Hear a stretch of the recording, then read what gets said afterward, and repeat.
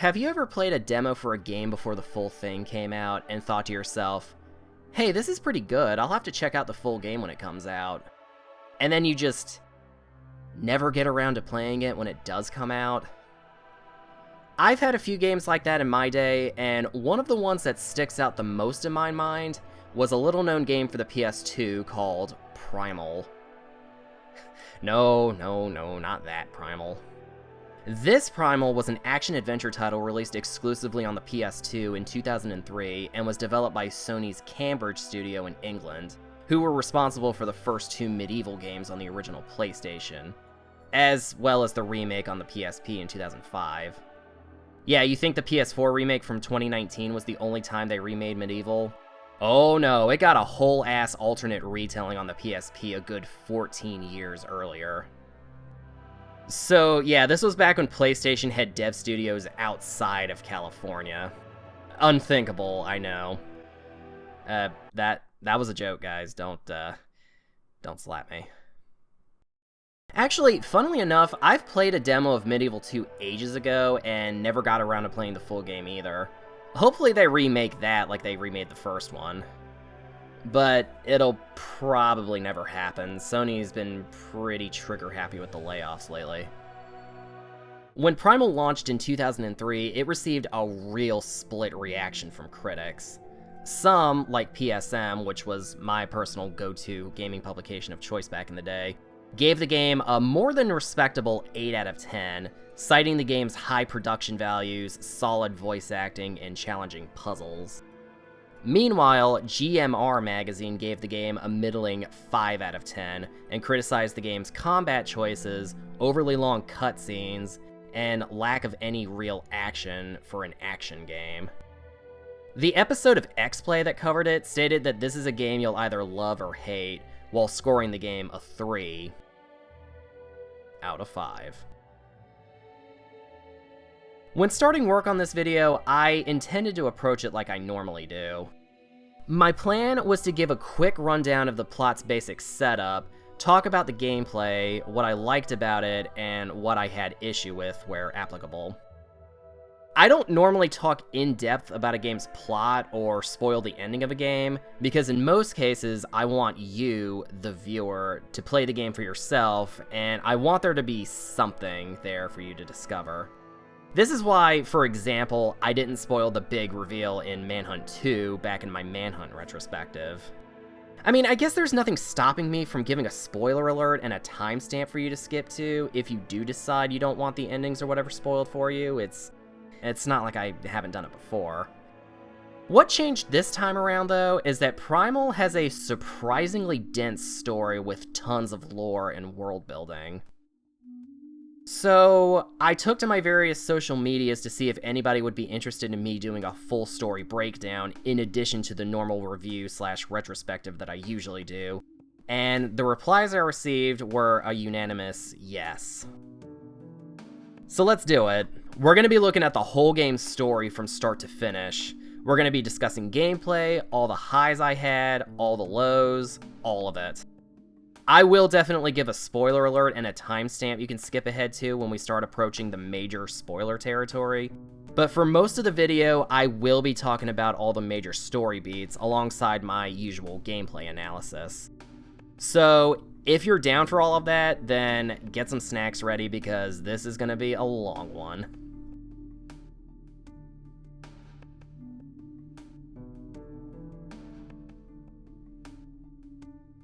So our story opens in what I assume is New York. Like, that's the Brooklyn Bridge, ain't it? Anyway, we find ourselves outside of one of the most early 2000s nightclubs I've ever seen, called Nexus.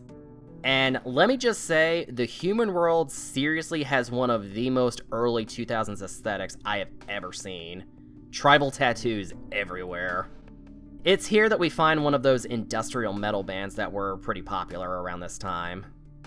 So, fun fact, this is actually a real band. They're called 16 Volt, and they're even listed in the game's opening credits. During the show, the lead singer, a guy named Lewis, notices an unusually large dude in the crowd giving him the creeps. He escapes backstage after his set, and it's here we meet his girlfriend and the game's main protagonist, Jennifer, in this glorious out-of-sync cutscene. Hey, Lewis, what's up? This cute freak in the crowd kept staring at me like some whacked-out psycho. Well, maybe you never checked out your audience before, but you guys don't exactly share the same fan base as Kenny G. Jen is voiced by Hudson Leak, who, for those of you who are around in the mid-90s, may know her for her role as Callisto in the TV series Xena Warrior Princess. She has this warmness to her voice, a gentleness. That was one freaky dream. This, hospital? What the hell happened? She really feels like an average, ordinary girl who's been thrust in this otherworldly universe. More on that later. Jen and Lewis leave the club, where they are then attacked by the large man from the crowd, who is revealed to be a hideous demon. No autographs. Creep. Good night, guys. See you next time. See you, buddy. What is that thing? Don't make me hurt you.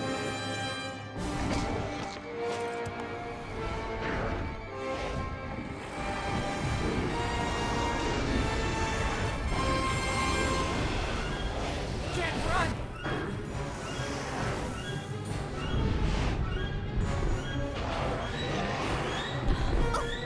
Jen!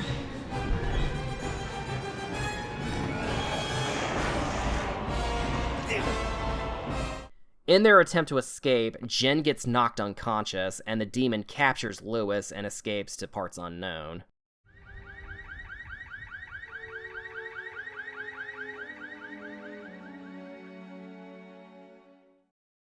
We rejoin Jen in the hospital 2 days later.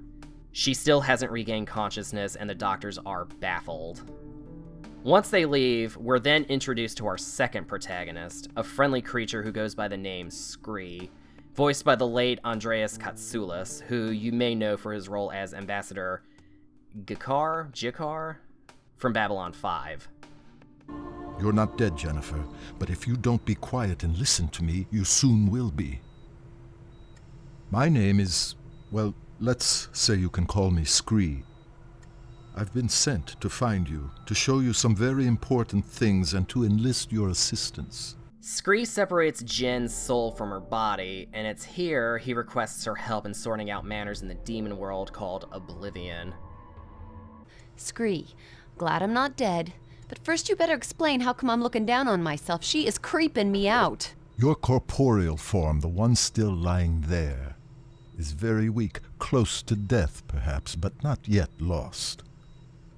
That is only part of you. The other part, your spirit, that's you.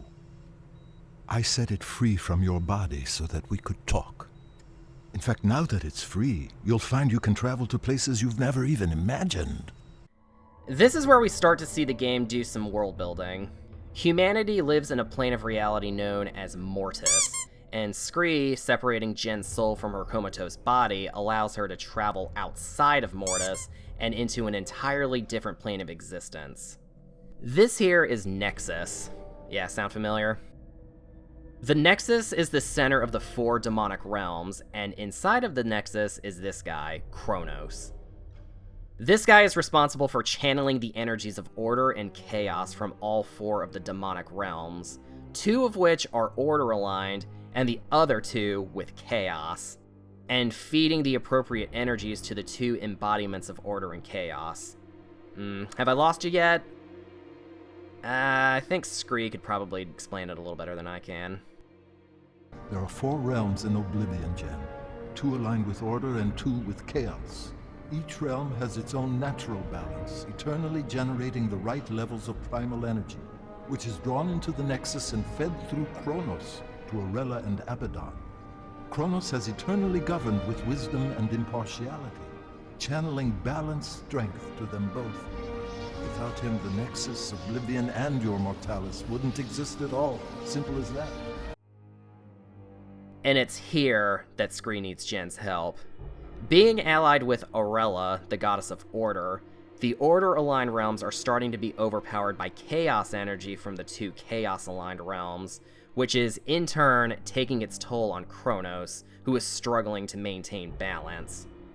So, basically, they need to head into the order-aligned realms and clean up the mess that's being caused by the minions of chaos, so balance can be restored and the realms not implode in on themselves and undo all of existence.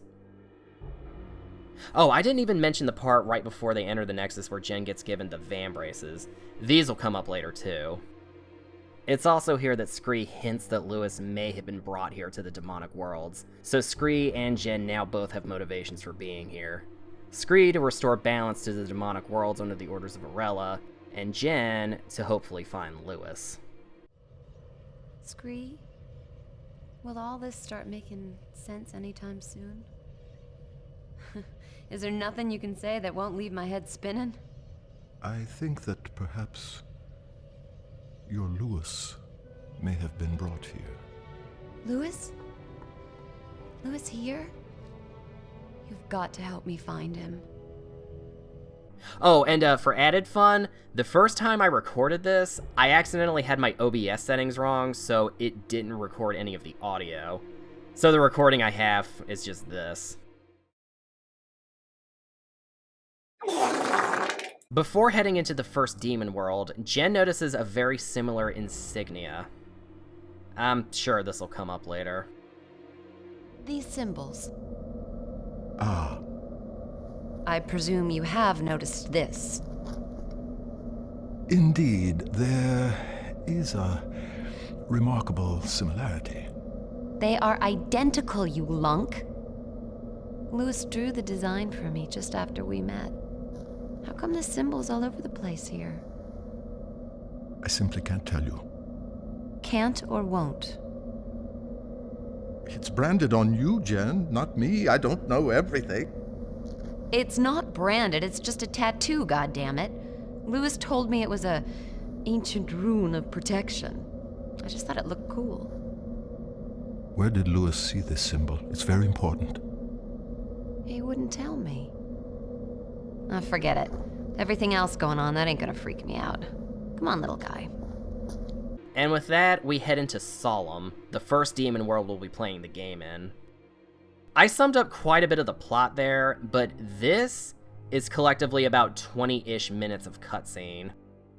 We did get to run forward a bit after this, but for the first 13 minutes of the game, you're watching the story unfold through non-interactive cinema scenes.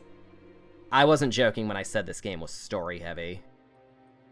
Though, I will say, I think I may prefer this method of storytelling, just having it all relegated to a cutscene, over having dialogue happen during gameplay, but your character's movement is restricted to walking very slowly while exposition is dumped onto you. And oftentimes, you can't skip those. I don't know if I'm in the minority on this, but I hate when games do that. So the first thing you'll probably notice when entering this land of eternal dark winter is just how astonishing it is to look at.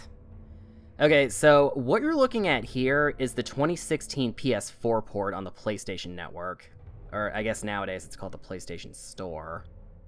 This port, in addition to adding trophy support, appears to have made some improvements to the game's visuals. It's not a full remake, it is still a PS2 game at its core, but its visuals appear to have been spruced up a bit. Even when playing the demo on the PS2 back in the day, I remember being pretty blown away by how good it looked. The PS2 version looked damn good for its time, and this PS4 port just makes it look even better, at the cost of some visual glitches here and there. Anyway, this first world that Jen and Scree enter is called Solum, homeworld of the Farai race.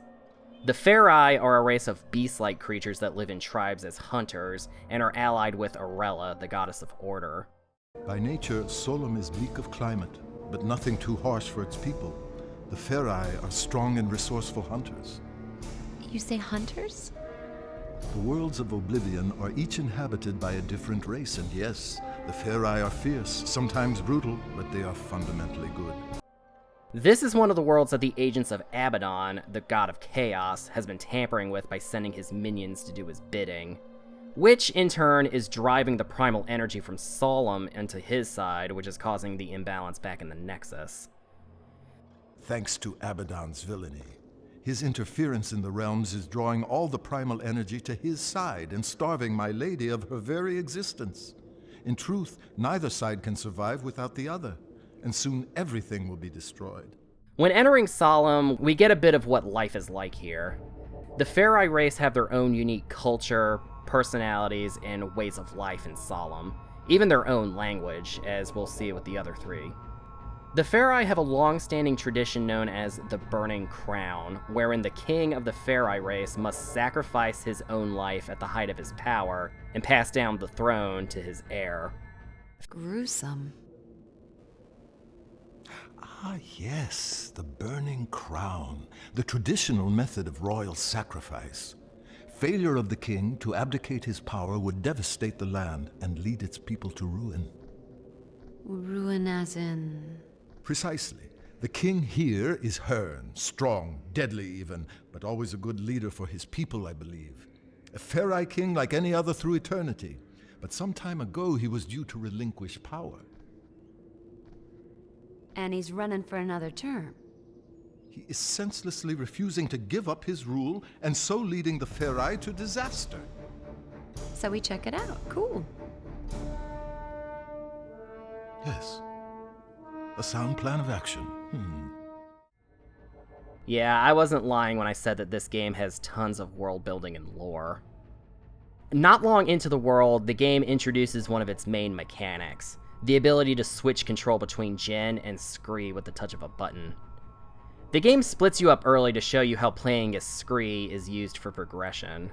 Finding a torch to light up these lanterns to keep a still unarmed Jin from getting ripped to shreds by primitive Maokai. Though, of course, I ended up wandering off and getting a little bit lost on my way there. Something that happened to me a lot in this level. And I do mean a lot. Once I made it through the cave, I had to figure out how to get Jin across this lake into this dilapidated fortress. In that same area, there's another area where you have to take control of Scree, who can climb onto any stone surface, climbing this tower and opening a door for Jin that's locked on the other side. Through here, we can find the Farai Villa, and it looks like our duo is in real trouble here. Uh-oh. Don't panic. They can smell fear, you know. You're not on the menu here. I'll smell how I want.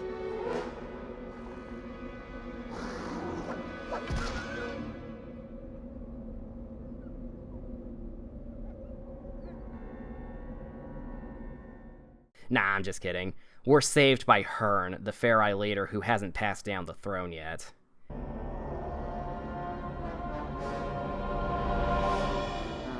shit.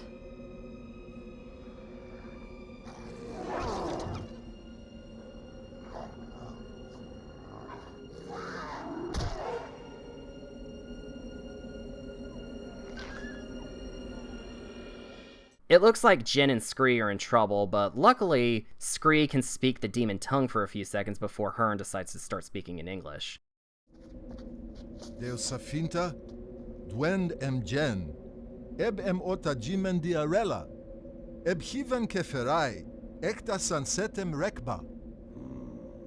This runt would have me believe you're an envoy of the goddess Arella. You look more like a sniveling half-breed to me. Scree, I vote we're big enough to swallow the odd insult here. Yeah, that's gonna happen a lot in this game. I mean, I get it. If they spoke in their own languages for the whole game, both Jin and the player would be completely lost. Hearn isn't too thrilled about having outsiders in his land, but Scree insists that they're trying to help. Hearn states if they really want to help, they can help him track down his son Jared, who has gone missing. This is why Solum is falling apart.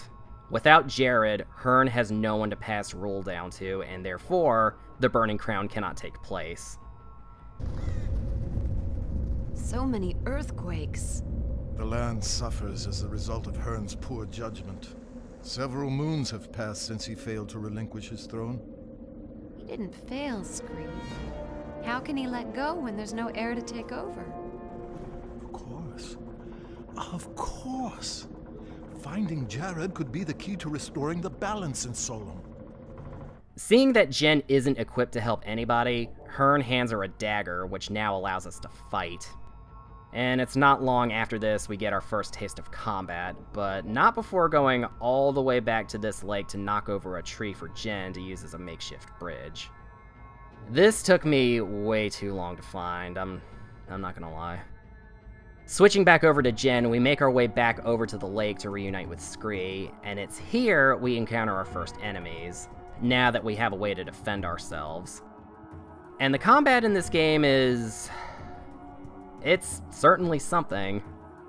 Okay, so instead of using the face buttons, attacks are done using the L2 and R2 buttons. L2 is used to attack with your left arm, and R2 your right. The L1 button is used to do this backward spin that can attack enemies behind you, and R1 is used to block. Though pressing R1 just as an enemy is about to hit you will cause you to parry and do big damage, and pressing the X button when there's multiple enemies will cause you to switch focus onto another enemy.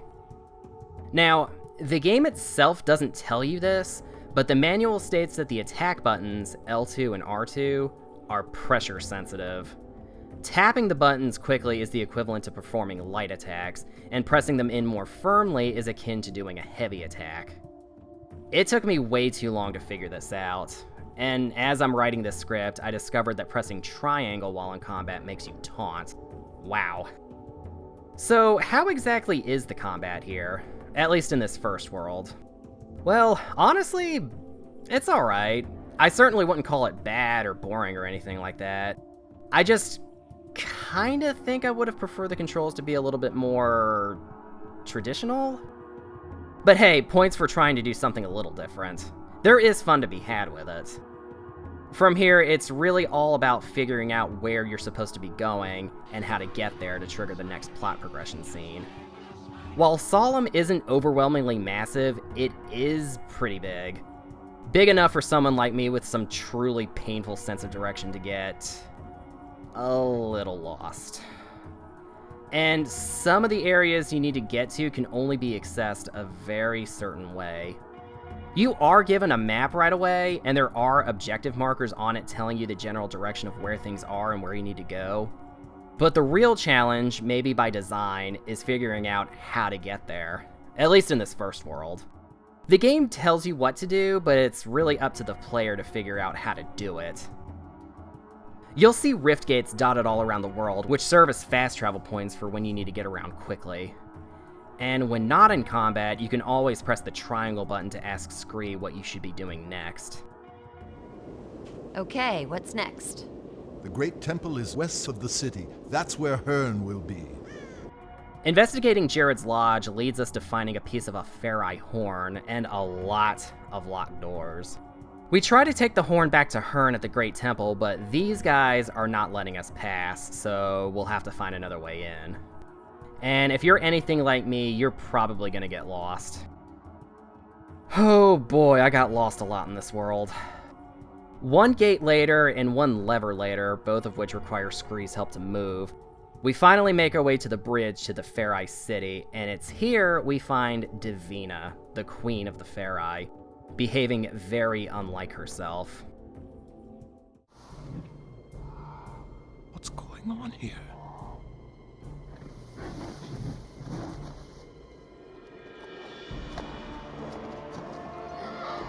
Who's she? Ah, it's Lady Divina. Wait, Scree. I don't know who she is, but this does not look like a welcoming committee. Kasusdis is includi vit deos jalwenari. Die job tu penny, barduli al hegdiden. Door sanjib mop vedenbol hen. Deos niet je poep kaverber. Tupid. Du lasso san pen, ati san apa.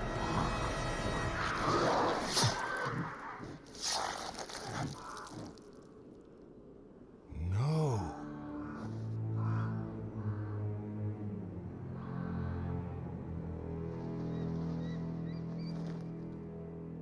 I don't understand. Divina is known as a noble and just queen. Why would she have someone murdered like that? Guess she ain't the gal she used to be. The prisoner was no criminal. He was a shaman, a Ferai holy man. He spoke of uncovering Divina's secret and that there were others still loyal to Hearn. We must find out what he meant. Wonder if Hearn knows about his wife's mean streak. I doubt it, and I don't relish the task of telling him. So, not only is Hearn's son missing, his wife is now behaving extremely strangely, murdering an innocent Ferai shaman. Yeah, something real fishy's going on in Solum. And I gotta say, well, for me anyway, this right here is where the game's story really hooked me. The combination of these genuinely incredible creature designs, coupled with the mystery and intrigue going on here, really pulled me in. After finding a way into the Ferai city and getting a bit lost, seriously, I'm glossing over just how often I got lost in this level. Jen and Scree find the Great Temple when Scree starts glowing. Turns out he has the power to transfer his soul into statues imbued with Ferai energy. But in order to possess this one, he needs more lodestones. We actually found one pretty early in the game, but Scree didn't explain to us quite yet what it was used for. What you doing? It's called a lodestone. They're important. You'll find out later. After finding the last few that we need, he's able to possess this statue and shine the necessary light to open the door to the Great Temple, where we find our old friend Hearn. I guess we interrupt his little ritual, but we show him that broken off horn we found earlier. Abinagdi. Found this. Abinagdi. Quipsan Binan. You. Why do you interrupt my ritual? What is this? What have you found? This is Jared's. Where did you find it? It was lying in an old ruin. There was blood and signs of a battle, and corpses. My son? No. 3 huntsmen had fallen in combat, but this was the only sign of Jared. I must discover my son's fate. As I suspected, it's Jared's. It looks like he was ambushed or something, but he was nowhere to be found at the site, which spurs Hearn to try looking for him. When this happens. What the? Have the gods answered my pleas, or do they mock me? Scree, what just happened? What's he talking about? Show me your arms, half-breed. Half-breed, there he goes again. Can you truly be Arella's champion? Get your paws off me, Scree! It is true. You don't yet hold the power, but I believe that you are Arella's chosen. Oh, if you don't like flashing lights, you may want to look away for a second. I haven't prepared her for this yet. Then I suggest you do so quickly!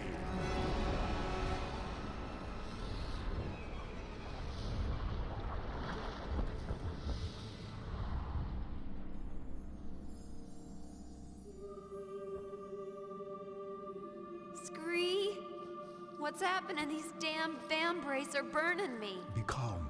They're merely channeling powers that exist within you. You are part demon, Jen. You were brought into oblivion as a baby, your soul tainted by the touch of chaos. Hearn has awakened the Ferai within you. The vambrace are merely catalysts for change. Scree, it hurts! Your body will be able to adopt each of the demon aspects of oblivion. The first time a form is awakened, the transition may be painful, but trust me, you will adjust. What have you done to me? Stay calm. You are in control of this. You may change form when you desire. There's nothing to be afraid of. Your humanity is not lost. However, you will find that the Ferai aspect has many advantages. Agility, strength, stamina, and if I dare say it, you're far more pleasing on the eye. Sadly, as you may have noted with Hearn, the Ferai aren't renowned for their good nature. My point precisely.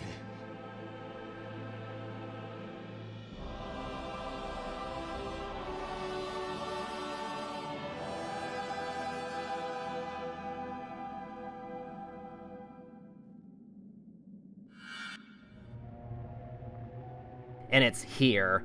After about an hour and a half of gameplay, we get the game's main gimmick, the ability to transform into a demon. There are 4 demon transformations in the game, one for each world we visit, and the first one we get is that of a Farai. It's also with this that combat gets a bit of a shake-up. Each of the 4 demonic forms comes with their own unique style of combat, but also their own unique abilities for exploration and puzzle solving. You can transform back by pressing the D-pad button that the form is assigned to. In the Farai's case, it's the left button. I'd hate to say this, but for as much as I love looking at Jen in her default human form and could look at it all day, once you have access to the Farai form, there's basically no reason to transform back into Jen's default human state. The Farai form is just so much faster that the simple act of getting around takes way less time. You'd be actively putting yourself at a disadvantage by not staying in the Farai form while in Solum. Oh, and shortly after getting the Farai form, we get another addition to the combat. This is the part where the game starts throwing armored goons at us. Up till now, we had the Maokai, who could be taken out the old-fashioned way of just hitting them until their health meter runs out. Here, though, with the armored guys, we need to get their health down low enough to where they start to get staggered, and then we have to press the L2 and R2 buttons together to perform a finishing move to take them out. This reminded me a lot of the Buffy the Vampire Slayer game for the original Xbox, where defeating enemies permanently required staking them after you've done enough damage to them with punches and kicks. Actually, speaking of Buffy, a lot of Jen's dialogue also sounds like something that would come from that show. Well, maybe you never checked out your audience before, but you guys don't exactly share the same fan base as Kenny G. Using a demon form also effectively serves as a second health bar, depending on what world you're in. More on that later. If you run out of health as a Farai, for example, Jen will automatically revert back to her human form, where hopefully you'll have enough health left to finish the fight. But luckily, that shouldn't be too much of an issue. There are demon energy stones all over the place that Scree can absorb, and it's basically on tap for Jen to use at any time her energy gets low. In the Farai form, holding left on the D-pad will allow her to absorb it from Scree. But Scree can also absorb demon energy from dead enemies, so that's handy.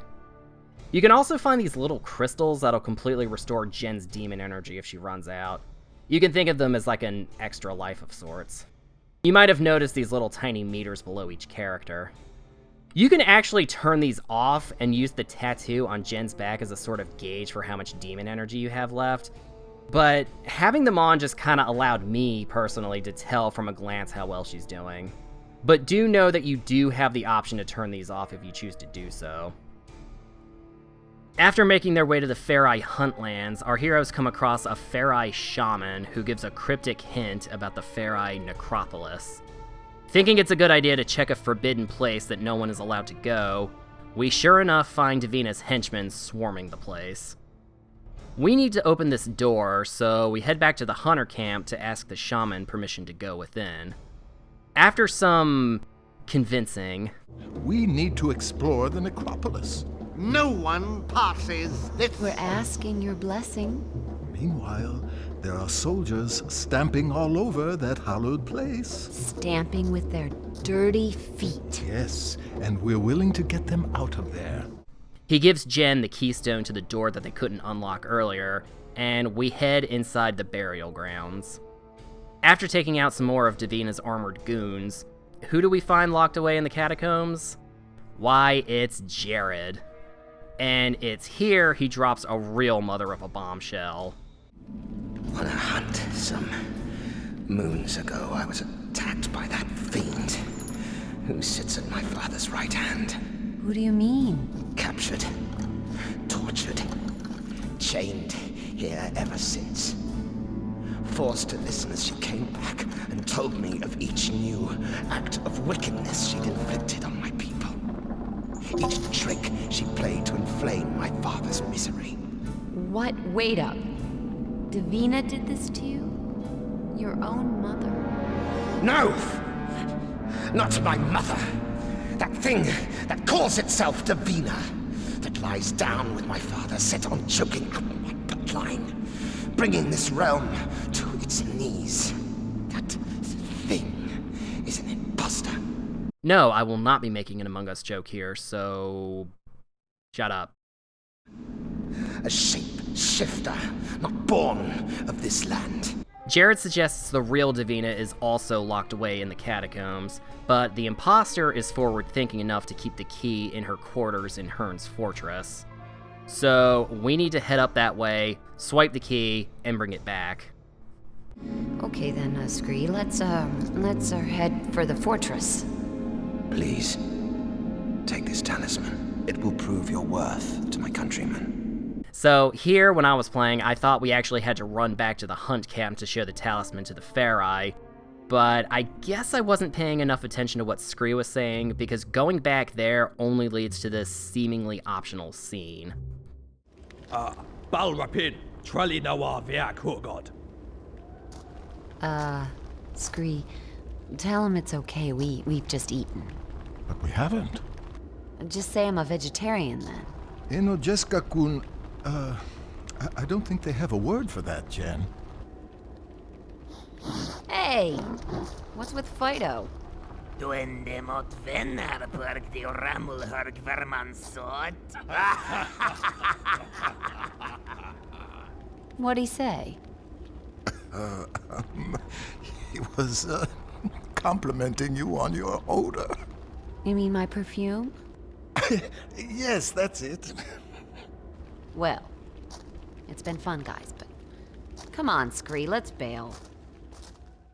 I mean, it's a humorous scene, I'm glad I went back and saw it, but what you're actually supposed to do is head into the Farai city and have a look around the plaza for a secret door in a desolate building to the right of this big giant locked door.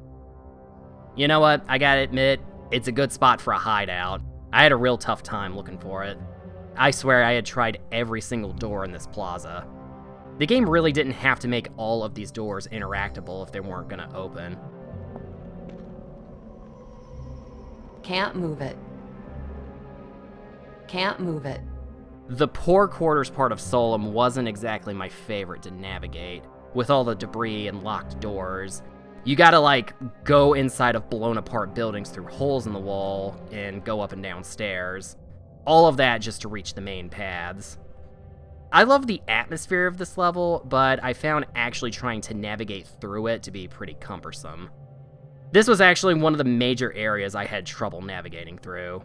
It probably doesn't help that what I'm recording here is my first ever playthrough of this game.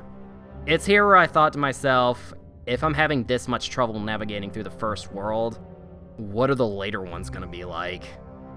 And I'll admit, I started to get a little bit nervous.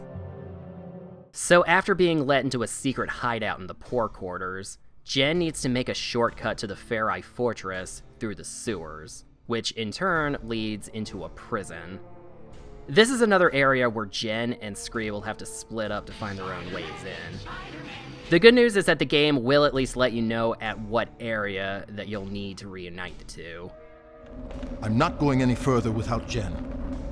After finding out that with Jen you're supposed to sidle across this ledge here, we make our way through the prison as Jen fights a few more Maokai, and once we head up the stairs, the game does something kinda cool. It stops us and asks us if we want to save.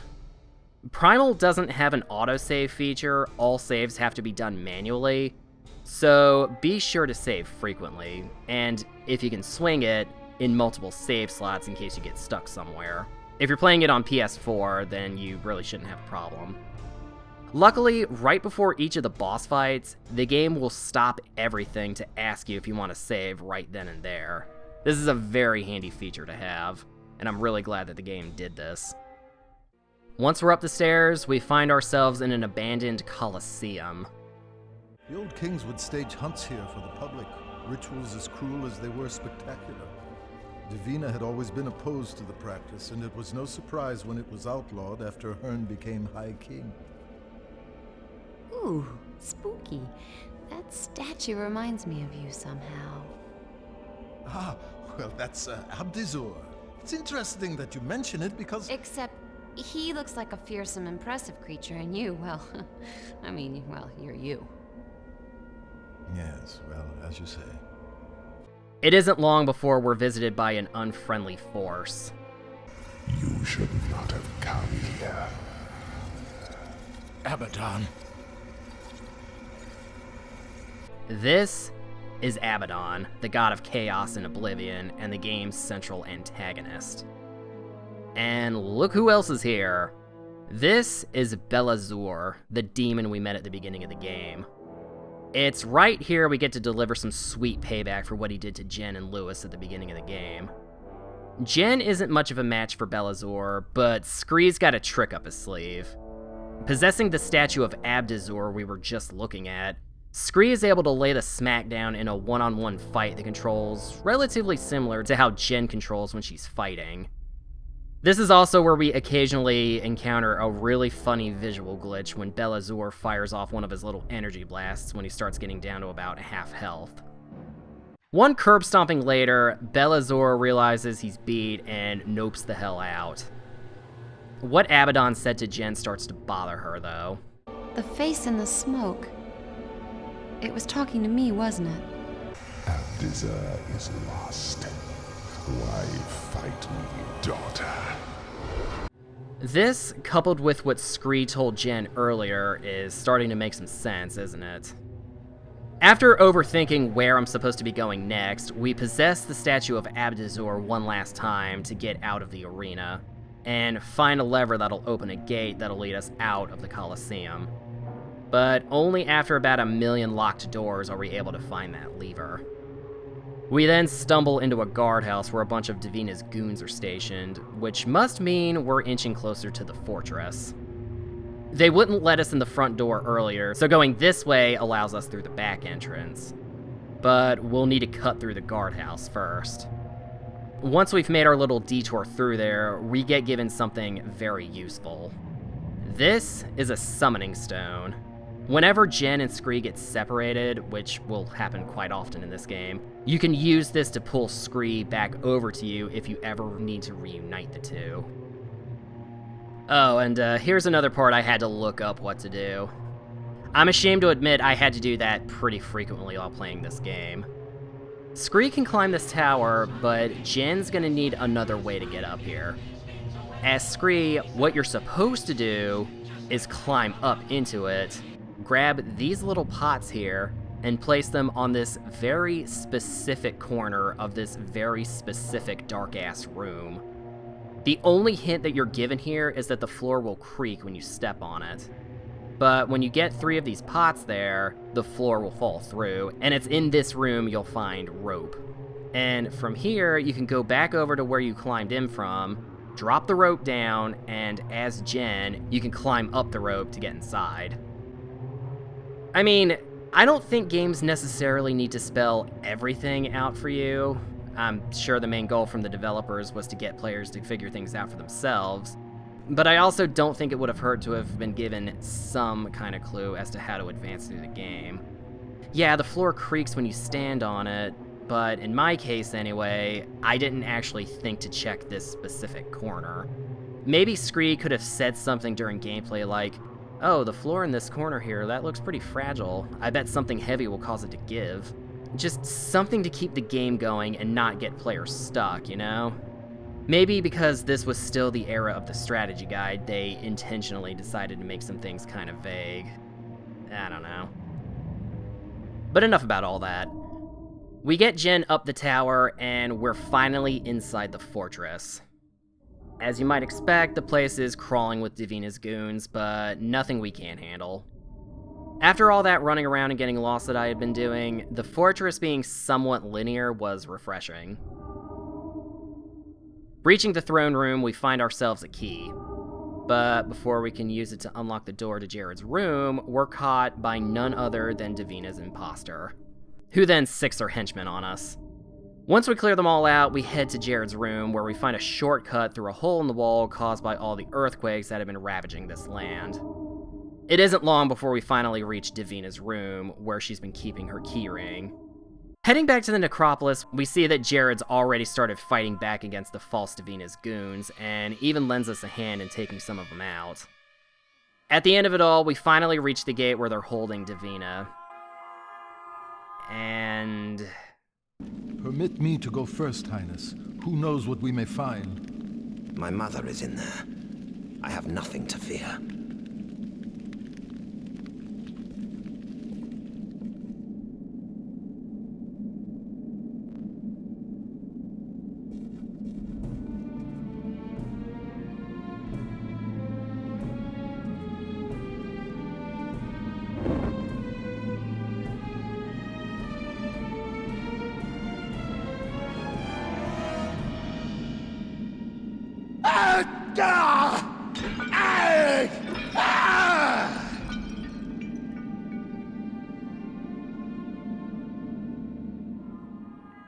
And it looks like we were too late.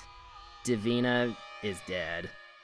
Jared mentions the chanting earlier coming from this room, and that the incantation was used for this imposter to assume Divina's form. It's here that Scree suggests a rather disturbing solution. Fire. What? The spell must be broken. With your permission, Highness, we should cremate the body. Let it be done.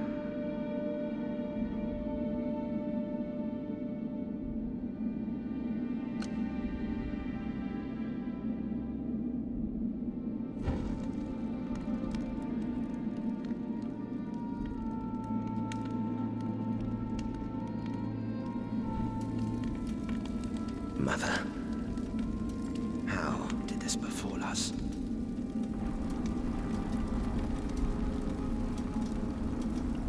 This solution ends up being correct, as the imposter appears, their disguise coming undone in a rather gruesome fashion. Oh my god, look at her, her skin is melting off. Oh, that's disgusting, dude. Ugh. Brother, ugh. I guess some of her goons are still loyal to her, though, because we now have to fight them, which effectively serves as Solum's end-of-level boss fight. The hex is broken, but you are too late to save your kingdom. Not too late to tear your head off. That too, boy. Boy. My final act as Divina was to order her most loyal guards to this chamber, expressly to kill you. They aren't any tougher than the regular goons that we have been fighting up to this point, but now we get Jared with us as well.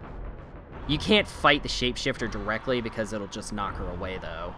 But after defeating enough of her goons, the area's final cutscene kicks in. Our old pal Hearn is here, and he's ready to set everything right. Only one task remains.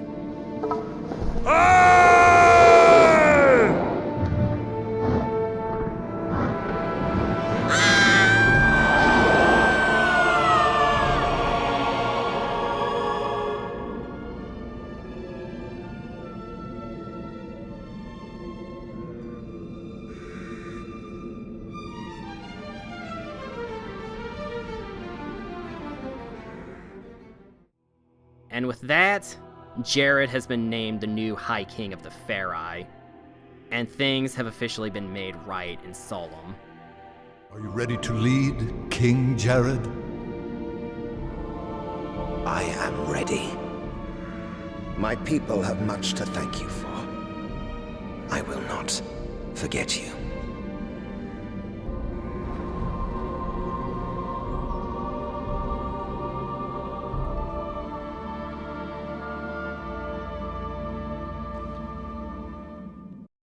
Hey, who wants to see a dead body? Once all that's been dealt with, we catch a glimpse of somebody with Belazor exiting a rift gate. Yeah, it should be pretty obvious who that is, right? Who is that with Belazor? I was too far away to see clearly. It could have been anyone. You recognized Belazor, right? Well, of course I did, but you mortals all look the same to me.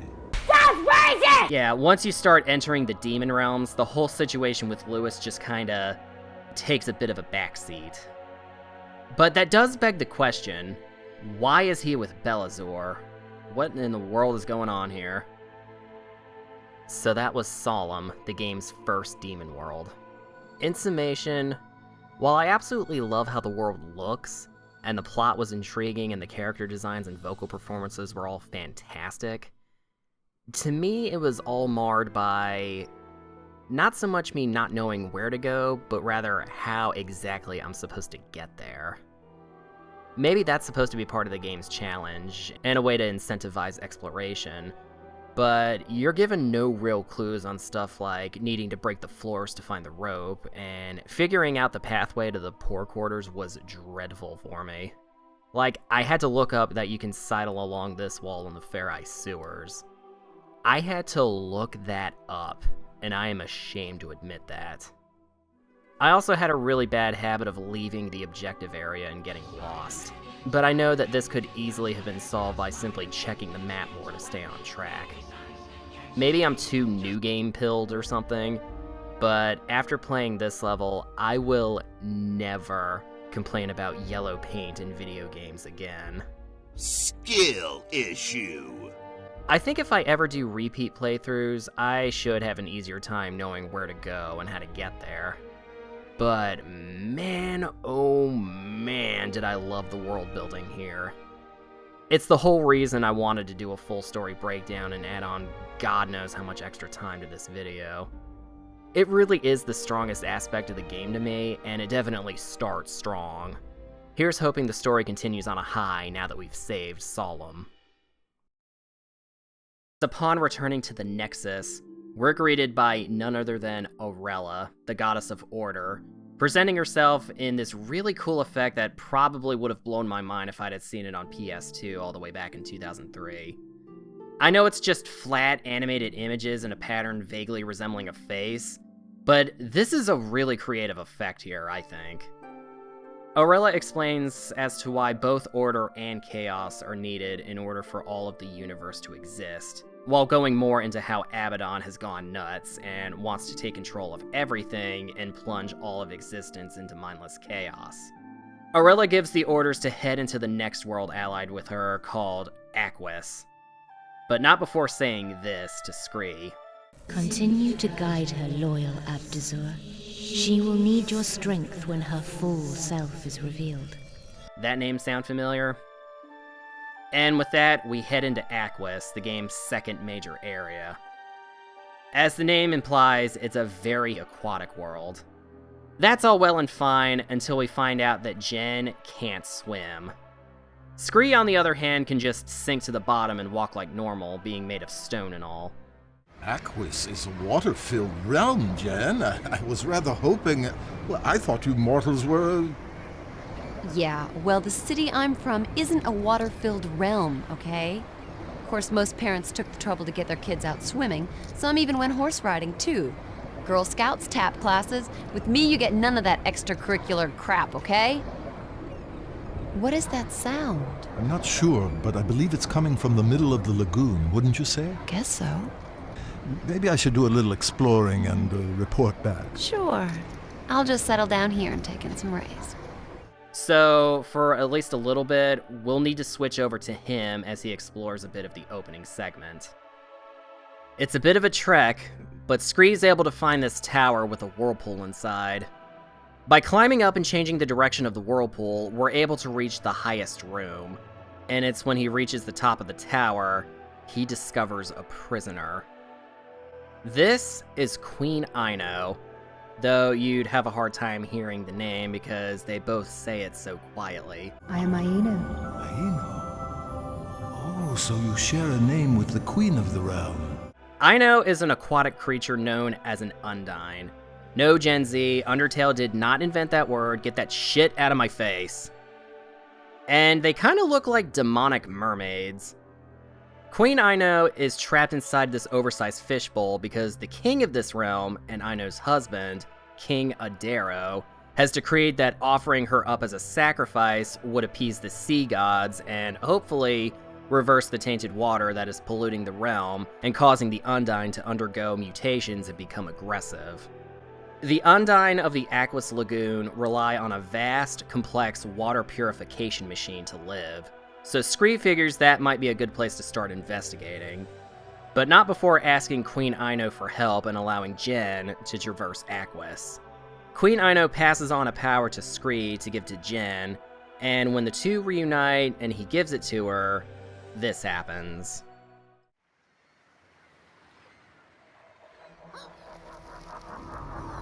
Jen, sorry, I really... There was no other way. I didn't think you'd want to after the last time, and I mean, you've always wanted to swim, yes? I'm so stupid. What's wrong with me today? Jen, dive into the water! You're supposed to be in the water before you transform! Quickly! Ooh, Scree, you really are the most pathetic, stupid, selfish lump of granite I have ever... Ugh! I heard that. What? The Undine communicate through telepathy. Breathing's no problem either. And I don't know if you've noticed, but you're swimming. I don't know if you've noticed, but you are in the doghouse. Just in time, too, because Queen Ino is about to be sacrificed. The Undine must be really ill-suited for life on the surface, because if she had moved just a few more feet over, she'd be in the water. I think if they really wanted to sell the severity of the situation, they could have maybe, chained her down or something to make it look like she had less of a chance here. And here we're introduced to the game's swimming mechanic, something you're going to be doing a lot of. In fact, I'd say about maybe 90 to 95% of your playthrough in this world is going to be swimming. But you're going to have to hurry and save Ino while getting used to the swimming controls, while figuring out which way to go, all at the same time. Jen and Scree will need to head to the northern lagoon to find the controls to Ino's cell. I was still able to do this on my first attempt, somehow, but man, the game really does just throw you into the shit. Help me! Help me! Help me! Help me! I hope you saved before this. Let's take a moment here to talk about the gameplay with Jen's Undine transformation. If you thought Scree was a bit slow to move during the underwater segments, Jen is the speed boost you were looking for. Now, I will admit that the camera movements during these underwater segments can be a bit dizzying. Jen can move a full 360 degrees while underwater, and personally, I find that a super easy way to lose track of where I'm going. Skill issue? Honestly, yeah, probably. Skill issue. As you can probably tell by the cutscenes earlier, Undine cannot live when not submerged. So if Jen reemerges while in the Undine form, she'll start choking. At which point, you'll need to transform out of it, because her demon energy will start ticking down. I'll go into more detail with the Undine gameplay a little bit later, because there's something else coming up that plays a massive role in what you'll be doing a lot of here in Aquis. Once Jen and Scree save Queen Ino from drowning in air, we follow her to this gate. The waters behind that gate are tainted, as are the ones beyond the lagoons and the bay, which are naturally poisonous to the Undine. The purification machine I mentioned earlier are the only things keeping the Undine alive, and without them, the Undine face potential annihilation. It would seem that the purification machines have been deactivated, so Jen has her mission laid out in front of her. Find a way to reactivate the purification machine so the Undine don't go extinct. Before we head in, Queen Ino reveals that King Adaro, the one who offered her up as a sacrifice, was the first to go insane from the polluted water. Adaro will be through there. My husband was first to succumb to the madness that the plague has wrought upon our people. Once through the gate, we enter a more dangerous area of Aquis for two reasons. One, because Jen's Undine energy will not regenerate while in the polluted, unpurified areas. And two, because there's enemies now. And with enemies comes combat.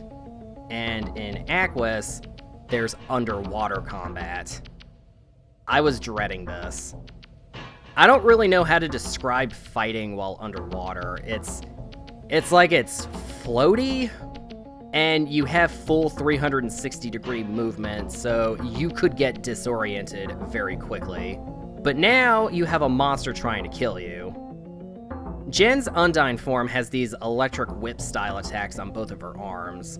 And I thought fighting on land was a bit clunky with the slightly delayed inputs that this game has, but at least now, you can attack enemies from some amount of range, so there's that.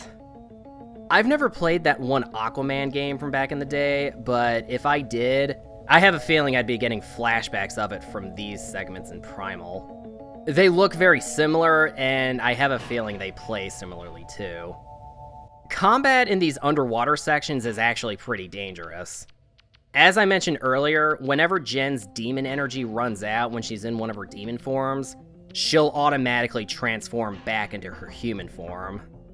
Human Jen is considerably weaker than her demon forms, but if you lose all of your Undyne energy while underwater, that's it. Human Jen doesn't stand a chance. The game doesn't even switch back over to Human Jen. That's how hopeless she is underwater. This is actually where I found out that when Jen loses all of her health, a short cutscene will play of her physical body back in the hospital in Mortalis. It's then you're given control of Scree, where in order to bring her back, you need to head to the nearest rift gate to revive her. But you'll have to hurry because your time is limited. Failing to do so lands you at the game over screen. Again, the game itself doesn't tell you any of this, but the manual does. Page 32. Read the manuals on these older games, kids. This one sure as sugar stumped the hell out of me. Speaking of transforming, the game sadly does something I'm not a big fan of. That drags down the pace of the gameplay even further. When switching from one demon form to another, the game will make you watch as Jen transforms from whatever demon form she's in, back to her human form, and then into whatever other demon form you wanted to swap to. I remember when I played the demo of this ages ago on the PS2, the transforming was quick and seamless. I had assumed that that's how it was going to be in the full game, so imagine my surprise when I get an unskippable transforming animation every solitary time I needed to transform. And every time I didn't and just pushed a directional button by mistake. Maybe I'm just impatient, but this makes an already slow-paced game feel annoyingly slow. Anyway, our task is laid before us. First, we need to reactivate the priming station, which involves a lot of getting out of the water, transforming back into Human Jen, climbing down ladders, transforming back into Undyne Jen, and submerging to flip switches. And once we do all that, reactivate all of the scattered substations to reactivate the purification machine. It takes a little bit of futzing around, finding my way around Aquis, but after getting the priming station up and running, and reactivating a few of the substations, we happen across a very dangerous-looking creature.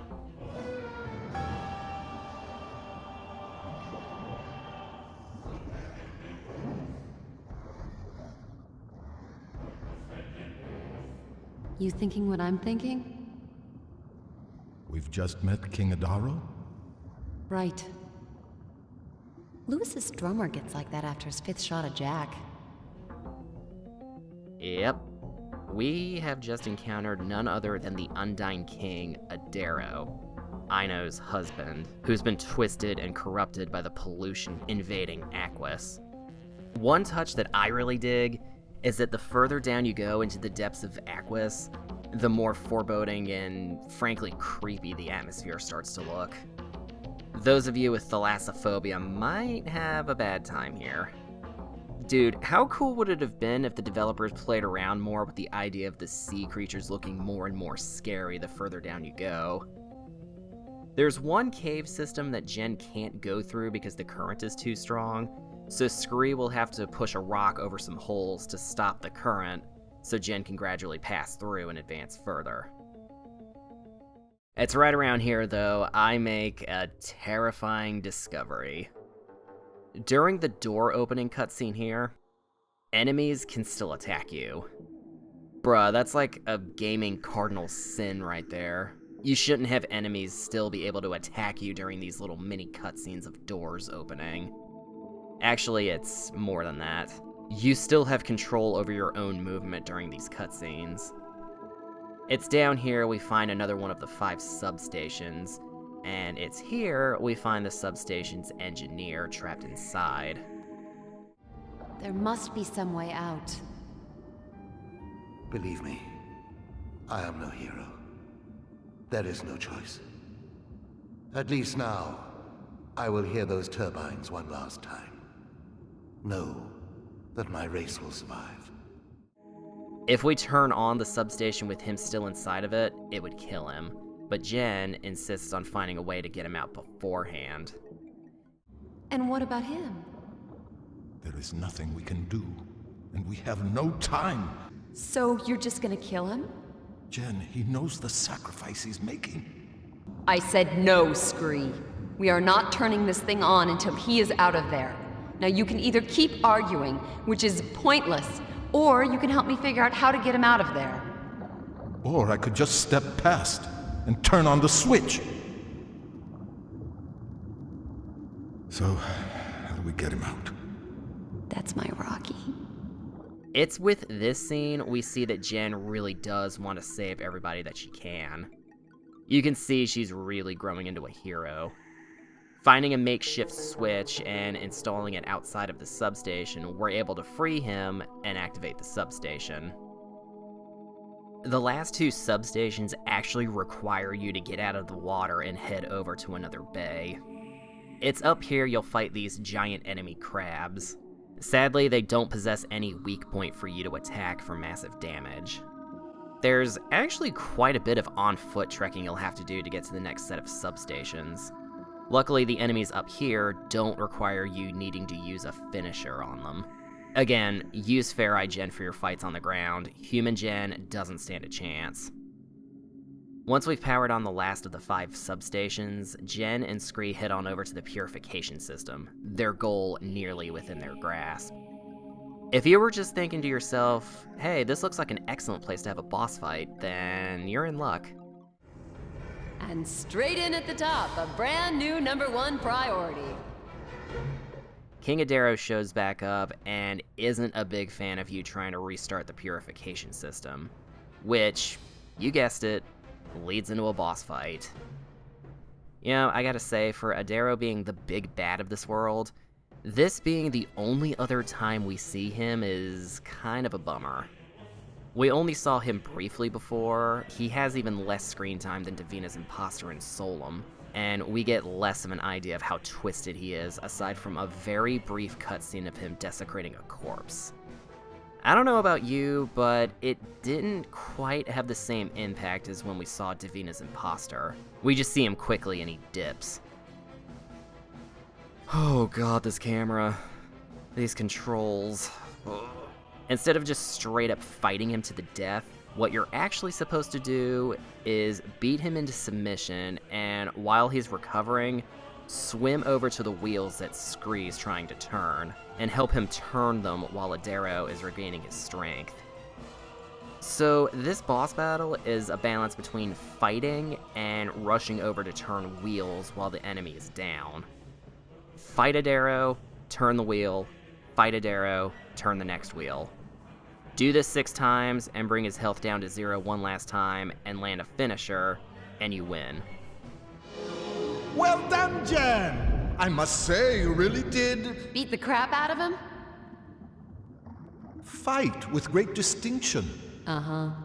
Luckily, he had the key that we needed to get the purification system working again, which is exactly what we do, saving the lagoon and making it habitable once again. Soon the waters will be pure again, and undying life will return to normal. For the survivors it will. But we haven't seen too many of them. Jen? Scree? There are more survivors than you imagine. You can hear a signal to my people telling them it is safe to return to the lagoon.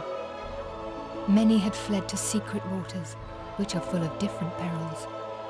Not all will ever escape those dangers, but most will return safely. I'm only sorry your husband had to die for all this to come right. I'm sorry. He died long ago, when the affliction first came on. It wasn't my Adaro that you killed. All you should feel now is pride. We have everything to thank you for. It has been an honor. I hope you may return to our kingdom one day. I'd like that. If it felt like the story recap here in Aquis felt shorter than it did in the Solum section of this video, it's because there isn't as much plot development that happens here. There are only 2 central characters, 3 if you count the engineer, and once you understand what the game is asking of you, you just go do it, and there isn't a whole lot of story that happens in between. Solum had many lengthy cutscenes between the moment-to-moment gameplay. Again, this game was criticized by some outlets for having so many cutscenes, but Aquis just simply doesn't have as many. It definitely felt more to the point in that regard. It's a much simpler plot that doesn't have as many twists or turns like in Solum, or the next world that's coming up. If you know what you're doing, you can probably get through Aquis pretty quickly. It appears to be the shortest world in the entire game, but man does it look awesome. Heads up, I'm going to be saying that a lot in this video. I love how the further down you go, the scarier it looks, and the music that plays here in this world is fantastic. You might get a little disoriented with the swimming controls and the camera angles that the game throws at you, but I didn't find them to be too hard to grasp.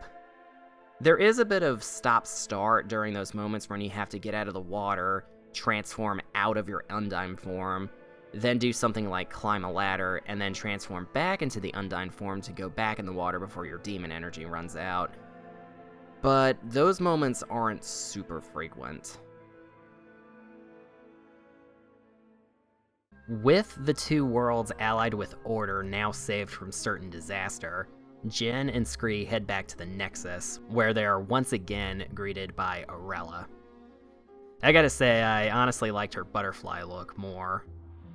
Thinking that she's done with her mission and can go back to looking for Lewis, Jen is frustrated to realize that Arella is still in need of Jen's assistance. No, I can't keep bailing you guys out, okay? I got my own priorities. I need to find Lewis and get back home. It looks like the ramifications of Abaddon's meddling with the worlds are more far-reaching than anyone suspects, and Jen is understandably fed up with going this long without even a shred of an idea of where Lewis is. Even lashing out at poor Scree, who I really don't feel deserves it. Jen, I'm sure that... Hold on, mister, because I'm talking to you too. And I mean back there. Yeah, okay. I know you did the right thing in the end, but without me, you were gonna put that guy through the blender, victory at all costs, and then shouting at me not being ready to make sacrifices. Well, I'm telling you, I've made enough. No, Jen, no, that's not what I was saying. It wasn't about you. Sure, he was about to make Undyne puree back in Aquis, but for the whole rest of the game, he's been nothing but helpful to Jen. Even in her frustration, I think she's a touch too mean to the little guy. Though I can't say I blame Jen for being frustrated for going this long, having no clue about Lewis's whereabouts. The game has just kind of been dropping that whole plot once we entered the demon worlds. We've been to 2 worlds at this point, and all we got so far is a glimpse of him leaving Solum with Belazur. Arella once again proves she knows more about Jen than she knows about herself, and reveals that Jen is a hybrid, half human, half demon. One of only 2 hybrids in all of existence. The other one being, you guessed it, Lewis. It's not just because of the vambraces that allow her to transform. She has a power that none in the demon worlds can fully comprehend. It's also here that she reveals that a long time ago, Arella had an entire army of demons at her beck and call, but lost all of them to retrieve 2 abducted infants from Abaddon's possession. Her entire army was massacred in this battle to rescue the infants, except for her general, who managed to save the infants and flee to the human world Mortalis to hide them. Aurella's general was then captured when he returned to the demon world by Belazur, Abaddon's right-hand man, and was interrogated and tortured in an effort to spill where in Mortalis he hid the infants. But he never cracked. This went on for years before he was finally able to project his consciousness into a gargoyle through nothing but sheer force of will. And that gargoyle is one we're already quite familiar with. Scree. Why didn't he say something? It is not his way. Do you see now why you must go on? So yeah, Aurella's general is Abdazor, and Abdazor is Scree. Kinda puts that scene in Solum where they're looking at that Abdazor statue into perspective, doesn't it? That statue reminds me of you somehow. Ah, well, that's Abdazor. It's interesting that you mention it because... Except he looks like a fearsome, impressive creature, and you, well, I mean, well, you're you. Yes, well, as you say. You know, I gotta say, as riveting as Aurella's story is, it is a case of telling and not showing. I think it would have been a little bit more interesting if we had maybe a pre-rendered cutscene showing these events to go along with Aurelia describing it. Maybe they didn't have the budget for it, maybe they didn't have the time, but I think it would have been more visually interesting than just having the characters standing there. Anyway, hearing this story convinces Jen not to give up helping Aurelia save the demon worlds, which is good because the next one they'll have to head into is one allied with Chaos, the world of Aetha. Abaddon apparently has some dark plans cooking up there, and Aurelia wants Jen and Scree to figure out what's going on there. Before disappearing, she mentions perhaps, quote, not having a presence in the Nexus by the time they return. So I can imagine something real bad's about to happen. And from there, we head into the third world of the game, Aetha, homeworld of the Wraith, though sadly not of the Apex Legends variety. I've said it before, I'll say it again, I love the look of this world too. This and Solum may be tied for my favorite looking worlds. The Gothic look of this world really looks amazing, and the rain hitting the screen is a nice touch. Though, with this much rain, I can't help but think Jen's gonna catch a cold, not wearing sleeves and all. I love the Gothic aesthetic of this place, like PS2 Yarnum or something. Because Solum and Aquis were allied with Order, Abaddon's plans there were to overturn the natural order and bend those realms to his will. But since this place is already allied with Chaos, and therefore where Chaos is already drawing power from, Abaddon's plans here are to strengthen his death grip in a way we'll see later. This place is oppressively ruled by a sadistic Wraith aristocracy, but not everyone in Aetha poses a threat, as the downtrodden lower-class Wraith are far too busy trying not to die of starvation to attempt to get in our way. Scree suggests getting out of the plaza area and heading into the village, but first, we gotta actually find a way out of here. This ledge looks way too far for Jen to jump and be expected to survive, so we're gonna have to find another way down. After about 15 or 20 minutes of running around, I look up how to progress, and I'm reminded that Scree still has the rope he found in Solum, and Jen can just climb down. Dude, how the hell did I miss that? I felt so stupid when I found out that was the answer. Passing through the lower village, we totally ignore every single locked door and head straight up to the town square. I don't hear anything. Exactly. This village, this square should be bustling right now. Scree, it's raining. I don't think people are going to be coming out to the fairgrounds when it's raining this hard. Oh, wait, never mind, there is someone here. It looks like a prisoner. And here come the executioners. This is Count Rom and Countess Empuza, the leaders of Aetha. speaking in English when they first appear, but then switching to their native tongue once they start talking to the one on the chopping block. My lord, I have such pleasures awaiting you when we are clear of this nauseous place. The pleasure will be all yours, Ampusa, my deadly flower.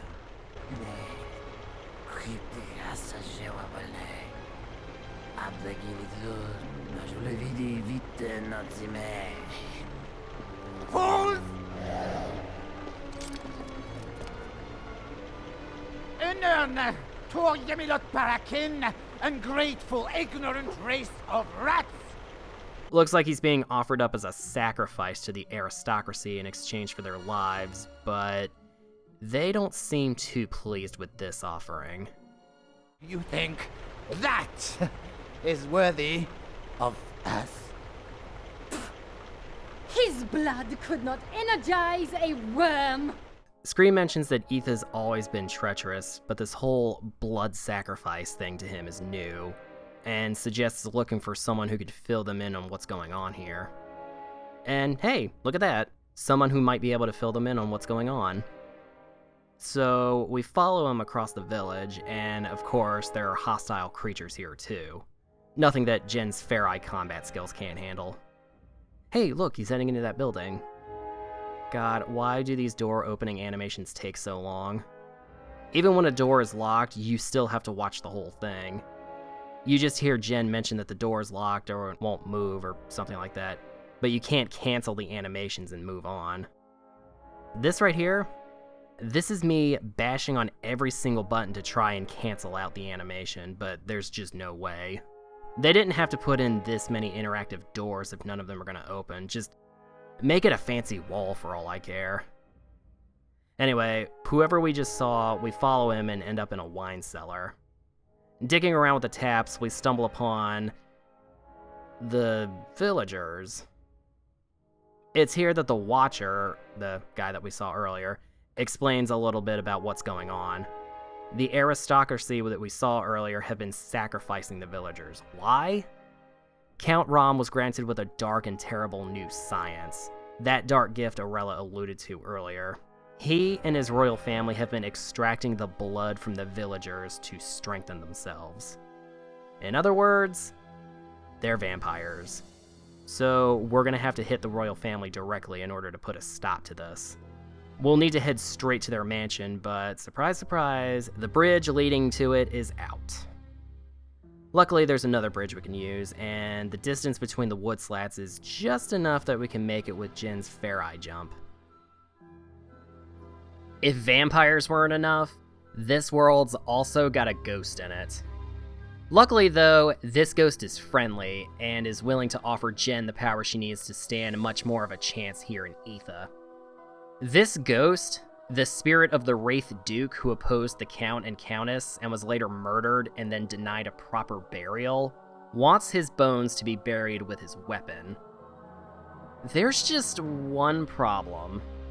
You know that lady Wraith we saw with the Count and Countess in the town square? That is Valera, the Count's captain. And that sword she was wielding, that belongs to the deceased Duke. We're gonna need that back. Let's start with the Duke's bones. They're being hanged very cruelly in a cage up on this building, just meters away from his grave. So, funny story. I only found out that I was supposed to jump up here as Fair Eye Jen because I was stuck bumbling around and I was playing as Scree at the time, and I saw the now AI-controlled Jen jump up here on her own. Luckily, she was already in her Fair Eye form. Again, you move much faster as a Fair Eye. So this actually wasn't one of those times I had to use a guide to make basic forward progress. So anyway, Jen lowers the Duke's corpse down, or rather the cage containing his corpse, and in doing so, it lands right on Scree's head, and she accidentally knocks one of his ears off. Aw man, Scree didn't deserve that. So, you want to know a funny little thing that happened behind the scenes while I was recording this video? So my settings for recording this weren't set up right again. So once again, this particular scene was recorded with no audio. I just thought you'd find that funny. Wraiths require a version of holy water for their burial rituals, so we head back over to the Watcher and let him know that that's what we need. But it's here that he reveals that he's been chosen as the next sacrifice. Jen devises a plan to use him as bait to draw out Valeera and ambush her to take back the sword. The Watcher decides to lead Jen and Scree to the well containing the blessed water, and in doing so, we gain an AI-controlled partner. Sadly though, his AI's a bit on the funny side, sometimes choosing to ignore enemies completely or just swing his sword in air. When his AI does work, however, it's a good chance for you to recover your demon energy while he handles the enemy. The Watcher leads Jen and Scree to the well containing the blessed water, and once Scree climbs down and grabs some, it's time to head back to the execution platform to bait out Captain Valeera. Jen's plan works, and Valeera takes the bait, sword present and accounted for. Notice how Jen glows purple in the presence of the sword? After a surprisingly not too difficult mid-boss, we take out Captain Valeera and retrieve the Duke's sword. But while Jen's back is turned, the Watcher gets snatched up by Valeera's guards. Hopefully we can save him and commit regicide at the same time. Returning to the Duke's gravesite, in which the game throws me a bone for once and automatically takes me back there instead of having to trek all the way back there myself, we return his sword to him and douse him in the holy water, completing his burial ritual. As a show of thanks, the Duke activates Jen's Wraith aspect. She's quick to test out one of her new powers, and oh wow, that name looks vaguely familiar, doesn't it? Yeah, so this was still the era of video games taking potshots at other, more popular video game characters. You used to see that all the time back in the day. You know what, come to think of it, 2003 was when Tomb Raider The Angel of Darkness came out, just 3 months after Primal, and that game was a steaming pile of shit upon release. So if that game actually did end up killing the Tomb Raider franchise, which it almost did, then Sony Cambridge would have totally predicted the future there.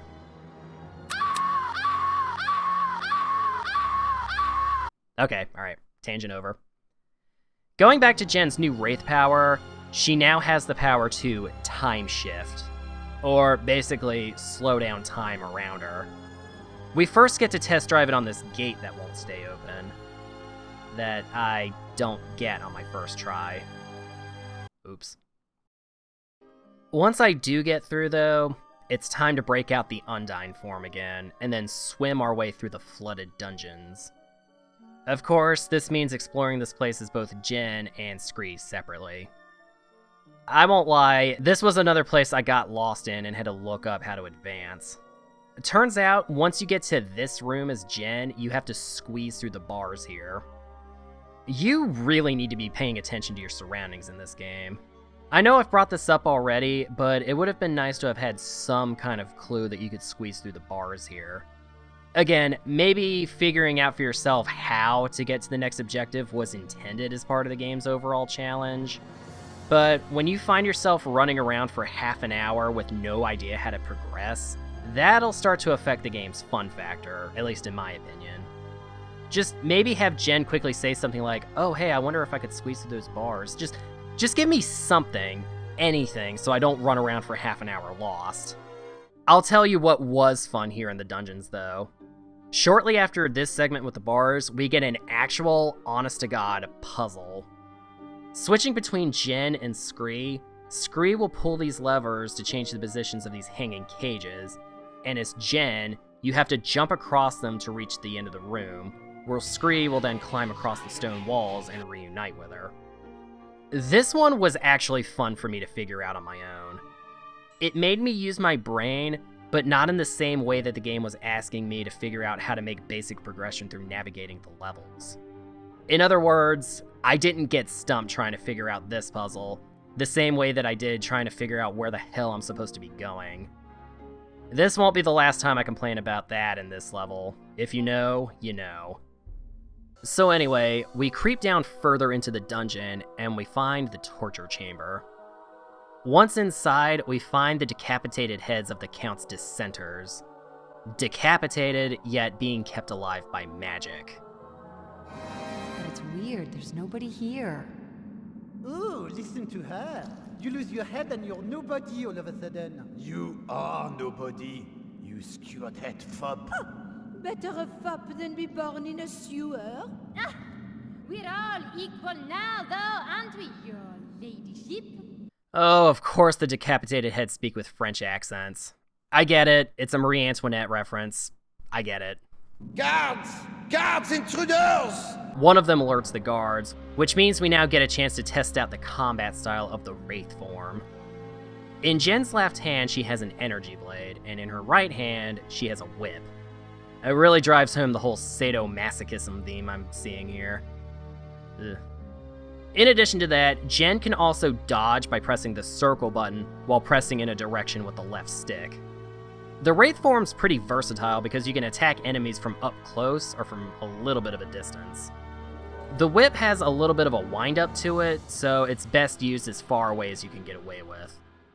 Once we've taken out all the guards, the dissenters reveal that the Count has claimed possession of a machine that turns the blood of the Helot into a regenerative elixir, and that's why he's been taking blood sacrifices. This blood machine is in his manor, so we're gonna have to break in and destroy it. So when Arella revealed that Abaddon has bestowed a dark gift onto his people, this is what she was talking about. It told me he could never be defeated unless that machine were destroyed. And then he chopped your head off. Ha! It was the Countess that removed my topmost point. Dang brats. What's the difference between a room full of aristocrats and a bucket of manure? Oui, baguette. So let's go trash us a blood machine. On our way out, we run into another Helot that has escaped captivity, who then decides to join us on our way out.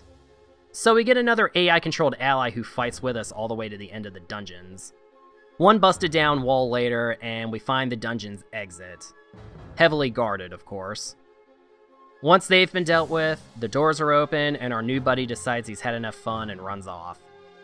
We seem to be in the clear until... Niemand! Ah! Well. Having a nice look around the chateau, are we, my pretty? Get these bitches off me. Oh, good. A low pain threshold, how refreshing. Now, perhaps I can show you the more private parts of my home. Dude, I don't want to see the private parts of anything to do with this place. Okay, well, this is bad. Jen's been captured by Realm. So now, as Scree, we need to run around the chateau and figure out where Jen's being held hostage. Luckily, we're given a hint as to where to go via this decapitated Wraith head. Have you lost something, little one? Raum likes to play with his new toys, up in his tower. The chateau is decorated with several of these decapitated heads. It's a twisted, macabre touch that I really dig. It really shows off the sadistic nature of this aristocracy. On our way to Ram's tower, we see a little Wraith girl in the ballroom all by herself. This little girl's joy is cut short when Countess Empusa finds her and scolds her. What are you doing? I was dancing, Mother. You were not dancing, Helot face. You were spinning around like a fat little pig. Why? I like to dance. And I like to thrash and bite you, but I don't do it in the ballroom. You did last week. Don't answer back. We find out that this is the daughter of Realm and Empusa. And man, Empusa is just so mean to this little girl. But I guess in Aetha, love is hate, and hate is love. I wish you were dead! Of course you do. That's my girl. We've brought you up properly. Now get to your home! Please, Mother. Please, can I come to the ball tonight, please? No. Why not? Because you are unsightly. Everybody hates you, you cannot dance, and I wish you had never been born. I hate you! I hate everything! Honestly. Children. What a bitch. Scree makes it outside the chateau, and after climbing a few walls and into an open window, we make it inside the tower, and it's here we find Realm's lab. As luck would have it, we find Jen inside of an Iron Maiden. She's been stripped of her van braces, and they're being kept under lock and key. The latter of which most likely still on Realm. Jen is now completely unarmed, even her dagger's been taken. But luckily the game doesn't have any combat sections between here and Realm and Impuza's bedroom, with this freaky ass bed that's hanging off the ceiling. I'm gonna give the game some credit here. It didn't try to shoehorn in a stealth section here. The game's controls and enemy behavior wouldn't really accommodate for that, so I'm glad the game just kinda took this time to let me chill out instead. It's here in the BDSM bedroom that we see Ram and Impuza's bedroom. They're hosting a masquerade ball, something the little girl from earlier wanted to go to. And it's here Scree suggests a risky plan. One that Jen's not too thrilled with. You can stop plucking. I'm not doing it. Doing what? Putting that dress on, disguising myself as a wraith, dancing with the Count, and stealing the key. Now there's a plan. I said no! If it's such a good plan, why don't you wear the dress and try it? Naturally, if you're not capable of carrying off the role of a fine wraith lady, the plan isn't worth pursuing. So, do you have a better suggestion? Give me that. Yeah, I'll show him who's a fine wraith lady. Of course, there is a certain arcane etiquette at these affairs, a modicum of decorum, naturally, and established codes of behavior that... What, you don't think I can act like a lady? Well, alrighty. Don't wait up. We're then given control as Jen in full Wraith Nobleman disguise. We make our way to the ballroom, which requires us to leave the BDSM bedroom, and walk outside to the connecting building. Poor Jen, she's gonna get that dress all wet. Jen makes it to the ballroom, and it isn't long before she catches the eye of Realm. Who could blame him? I gotta say, this whole scene is honestly pretty damn funny. I'm just gonna let this part play out for you. You know, Duchess, it is strange, but I had heard rumors that you were the size of a prize bull.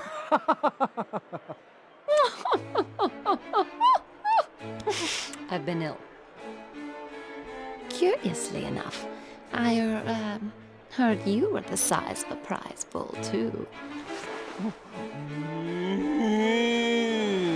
Damn! Come on, Scree. I got it. Oh, hey, wait a minute, that's not Scree.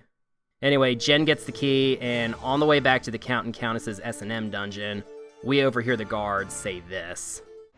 Elizabeth plays in the dark maze. She lacks it there, away from her mother and father. Oh, so that's her name, huh? We got the key, so now Jen can get her van brace back. Hell yeah. It sounds like this Elizabeth we spotted earlier has a key to that maze we passed earlier. So we're gonna have to look for her now. We'll need to get that key from her because the blood machine is hidden in the dungeon that's past the maze. I've seen the blood machine. It is well hidden in the dungeons beyond the maze. Thanks, Decrepit Head. It's actually thanks to another Decrepit Head that we find out that Elizabeth's bedroom is kept locked. So it looks like we're gonna need a key to get in. Thankfully, one of the guards has it, and you can even see it on them while you're fighting them. After slaughtering what has to be every Wraith guard in this manor, we head up to what looks like an attic? They're keeping her up here in the attic? Damn, that's terrible. This right here is another scene I need to just let speak for itself. It's pretty great. Hey, that's a lovely little pet you've got there. Does he have a name? Yes? Claude. Well, you've certainly got him nice and tame. Claude keeps very still. Of course it's very still. It's dead. Well, you mustn't be too sad. I'm sure you were a very kind... Why would that be sad? I killed it. Think of the savings on pet food, huh, Lizzie? Elizabeth. Jen and Scree try asking Elizabeth for the key to the maze, but then she hits them with a curveball that I doubt Jen and Scree see coming. Are you going to kill my father? Look at that, they're both stunned silent by that request. Like they can't believe what they're hearing. Elizabeth is persistent on her request for Jen to kill her parents. But notice how Jen is hesitant about that. Can we have the key? Only if you're going to kill my father. You are, aren't you? I may be having a fight with him, yes. Kill him then. Please kill him. I bet you can't. Oh, we'll see. And my mother? We'll see, honey. Like, I think Jen's not too thrilled about the idea of murdering 2 spaghetti meals in one day. Elizabeth changes her mind and says that they can only have the key... You can only have it if Scream dances with me. Anyone else find it funny that she keeps calling him Scream? I want to dance with Scream! Anyway, Scream agrees, and Elizabeth is gracious enough to hand over the key. Also, side note, Jen right here, it looks like she's trying to hold back laughter. Like she's internally going, really? This is what you want? Okay. But hey, now we got ourselves a key, so we can go inside the maze. Oh, it's just dawning on me. You know how I kept bitching all throughout this video about how I was constantly wandering around lost? The levels are all pretty big, and even if you're following your world map, it's not always clear how exactly to get to the next waypoint. Yeah, here's all of that frustration condensed down into a single area. The game can more often than not feel like a maze. Now, the game is throwing an actual maze at us, where the name of the game is to get to a lever so that some of the outer walls can move so we can get to the door that leads into the dungeon. Oh, wait a minute, did I say that the game throws a literal maze at you? Oh, my mistake. The game actually throws 2 literal mazes at you. The first lever was actually to shift the maze around so that the game can make you hunt for a second lever. What kind of sadist would build a maze that shifts around? Oh, yeah. Sony Cambridge, that's who. This game already feels like a series of mazes at times, or at least to me, anyway. Thanks for throwing us 2 literal mazes on top of that. Jerks. Yeah, I didn't care for this part, can you tell? If you're anything like me and you're not good at mazes, I can see this being a real run killer. Younger me probably would have given up here with how long this had me running around. I wonder if this killed anybody else's run back in the day. Ugh. Mazes suck. You got that right, Jen. Actually, you know what? I'll tell you what. How about I make this the last time I bitch about not knowing where to go? How's that sound? I don't doubt that's gotten real annoying by now. Once I do find my way through the mazes, we then fight our way through the dungeon where the blood machine is being guarded. Man, these enemies are taking a lot longer to kill now. And there's more of them at a time now, too. And there it is, the blood machine. Oh, hey, look who else is here. It looks like we made it in time and he hasn't been sacrificed yet. Expect they thought he was just too nice a guy to go into the blender. Instead of destroying the blood machine, the Watcher has another idea. It would seem as though 2 chalices have already been drafted for the Count and Countess. The Watcher's idea is to contaminate them, which would then in turn render them no longer immortal. Contaminate them with what exactly? The Watcher suggests the blood of a corruption. So what do you suggest? I suggest you, corruption. I suggest you. Hybrid blood will contain the mortal taint. That, mixed with the wraith element already drawn here, would prove highly dangerous to them. You must enter the machine. As you can probably imagine, Jen isn't exactly giddy to execute this idea.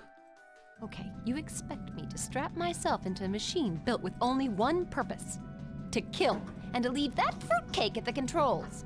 Whoa, hey Jen, don't say that. I'm pretty sure that's a slur you just called him. That's gonna get you canceled on Twitter.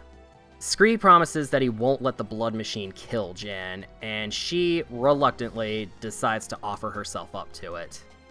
At first it goes well, but when Scree suggests for him to stop, he won't listen and he keeps going. It isn't until Scree grabs a bar off the ground and blasts the Witcher in the back of the head with it. Did I just really call him the Witcher? It isn't until Scree grabs a bar off the ground and blasts the Watcher in the back of the head with it before he finally shuts the machine down. Hey, young man, you got knocked the fuck out. And that's the end of the Watcher. We never see him again after this. So I'm gonna assume Scree killed him. Okay, probably not, but damn, you don't mess with Scree, man.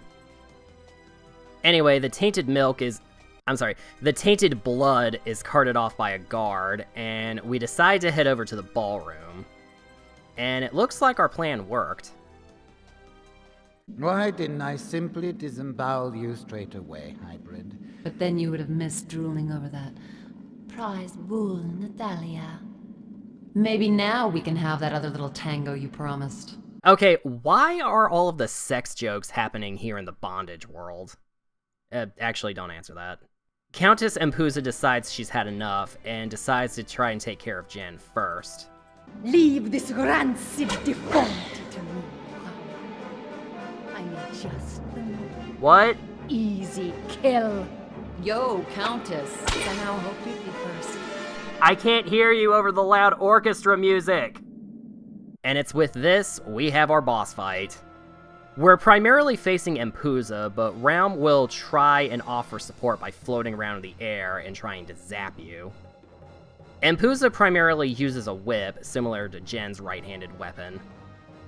And honestly, much like all the other fights leading up to this, I just sort of brute forced my way through it, and it worked for me. I still love the Wraith form's dodge ability, though. I wish all the other forms had that. With enough time and patience, we're able to take out the Countess. Ugh, I don't like the way those arms bent. You've killed her. Not such a fan of slaughter when it's your own little bunnykins, huh? But she shouldn't be, She'd only just drunk from... Oh yeah, that's right. You thought your cool isotonic cocktail would have protected her. Big mistake. But it works. We experimented. Now, I'm confused. Are you weeping as a husband or a scientist? Wraith noblemen do not weep. Swift vengeance is far more our style. And with that, we now face off against Realm by himself. He'll now only be floating in the air when he does his little laser move. For the most part, he's now on the ground and fights you with a saber. Is he any more challenging to defeat than his wife? Maybe if his laser hits you, but I didn't have a tough time avoiding it. He'll block your attacks, sure, but other than that, he isn't too tough to beat. You do have to perform a finisher on him though, but other than that, he's not too bad. I guess the hybrid blood and the Wraith wine cooler really did the trick. Can't hear you, Realm. You trying to say how sorry you are? Want to donate your body to science? I'm dying. Yeah, that's right, baby. I made my own little deposit into your blood bank. I'm dying quickly. Oh, damn you, hybrid. I was hoping I'd really suffer at the end. Hooray, we just murdered royalty! Whoa, what is Impusa's wit doing here? We do get one last look at Elizabeth, and... Actually, this brings up a good point. Now that the aristocracy has been killed, what's gonna happen to her? I doubt the Watcher's gonna, watch over her. Because the last time we saw him, we blasted him in the back of the head with a pipe. We don't get any sort of explanation as to what happens to Elizabeth. Like, the whole Wraith storyline just kind of ends here. I guess anything is better than what she had, sure, but all we're left to do is speculate. Even the Primal Wiki doesn't have an answer for this. Come on, Jen. This battle's over. At least the Helot can come out of that cellar now and not fear for their lives. It's time for us to leave Aetha. I won't be rushing back. I'm proud of you, Jen. Okay, so since we're coming back onto the game's main overarching narrative, and there's some major revelations that happen here, stuff that lightly touches on the endgame, I figure right here is a pretty good place to give you a spoiler warning, just in case. So if you want to just jump to the next demon world without having a major plot thing spoiled, go ahead and skip to this time here. I'll give you a few seconds. Alright, here we go. Returning to the Nexus, something doesn't feel quite right. Scree mentions he can't sense Aurella's presence. It looks like the chaos energy is overrunning the Nexus, so Scree suggests heading back over to Kronos at the center. They get separated by what looks like a sandstorm, sadly not of the Darude variety, and Jen winds up alone at the center of the Nexus. It's here that we run into Abaddon again, where he taunts Jen again, before we see... Hey, you, turn around. I said turn around.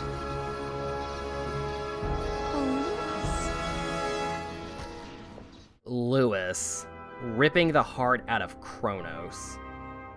Lewis doesn't seem to be in the mood for talking things out, and between this and more taunting from Abaddon, it's all looking really bleak right now.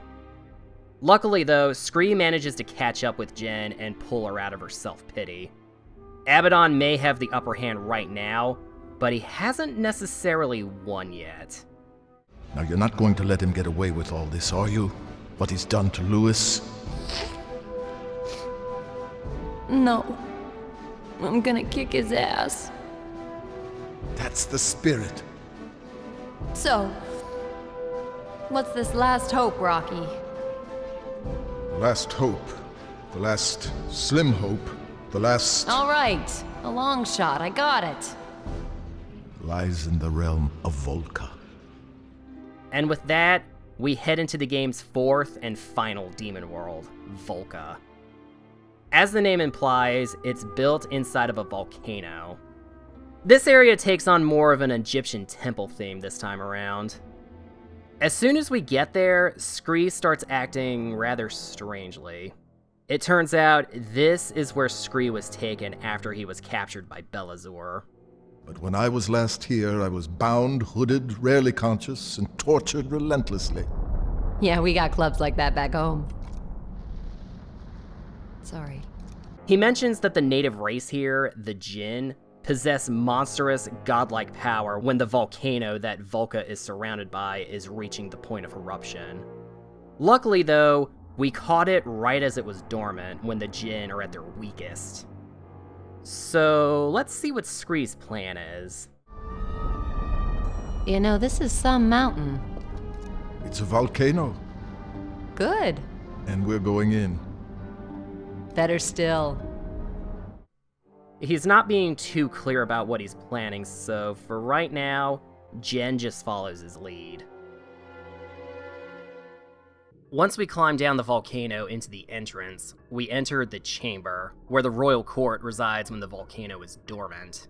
Jen's a little too distracted checking out the acoustics of the temple, which causes Scree to scold her. Why is it so dark in here?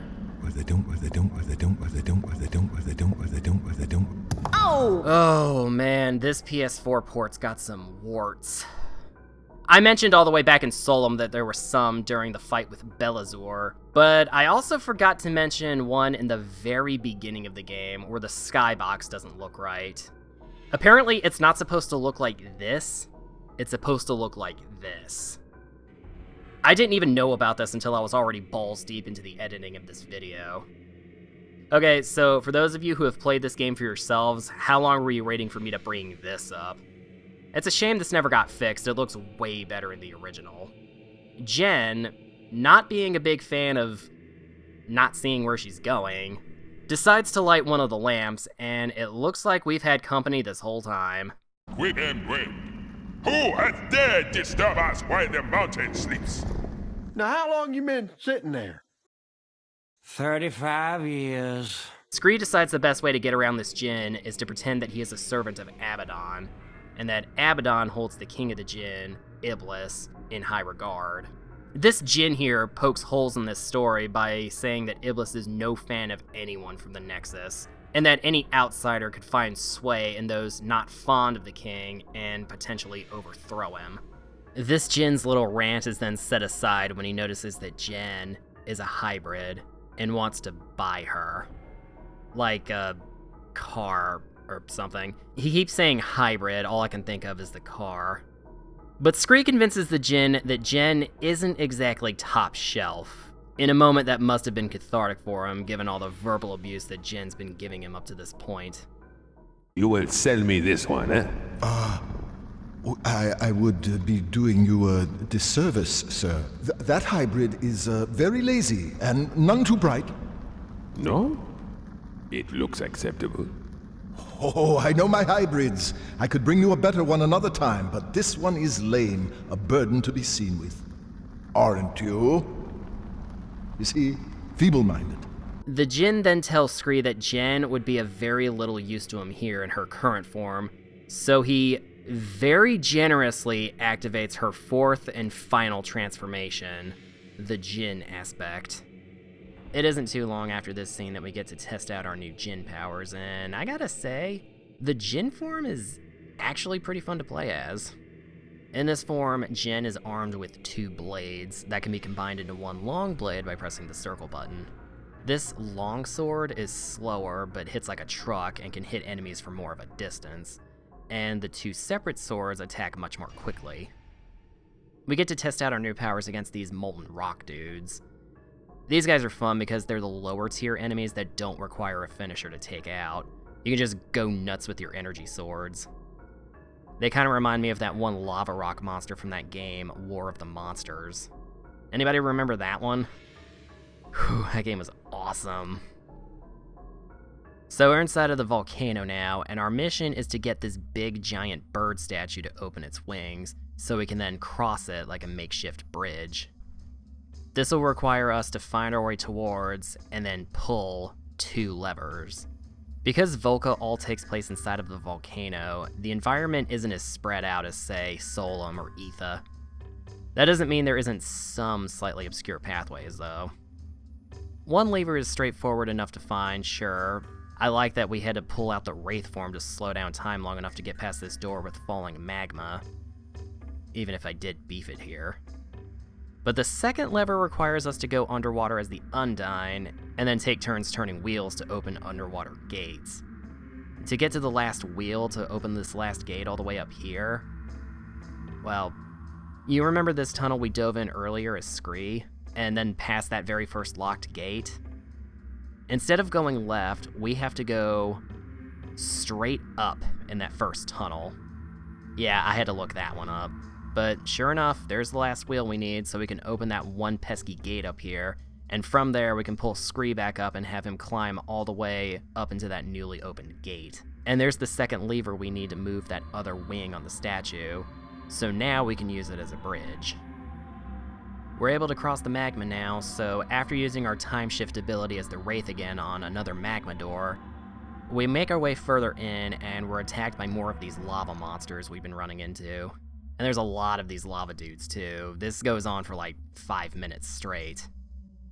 I noticed a bit of this back in Aetha, but it's around here I really noticed that the frame rate starts to take a bit of a dump when there's a lot of enemies on screen. But it's not anything super crippling though, it's not like Pokemon Scarlet and Violet. It's not like this the entire game, it's just when there's a lot going on screen. This was a PS2 game after all. After taking out all the rock monsters, the domineering Djinn that we saw earlier who activated Jin's Djinn powers shows back up. And it would seem as though he knows a whole lot more than he was letting on earlier. The hybrid is mine now.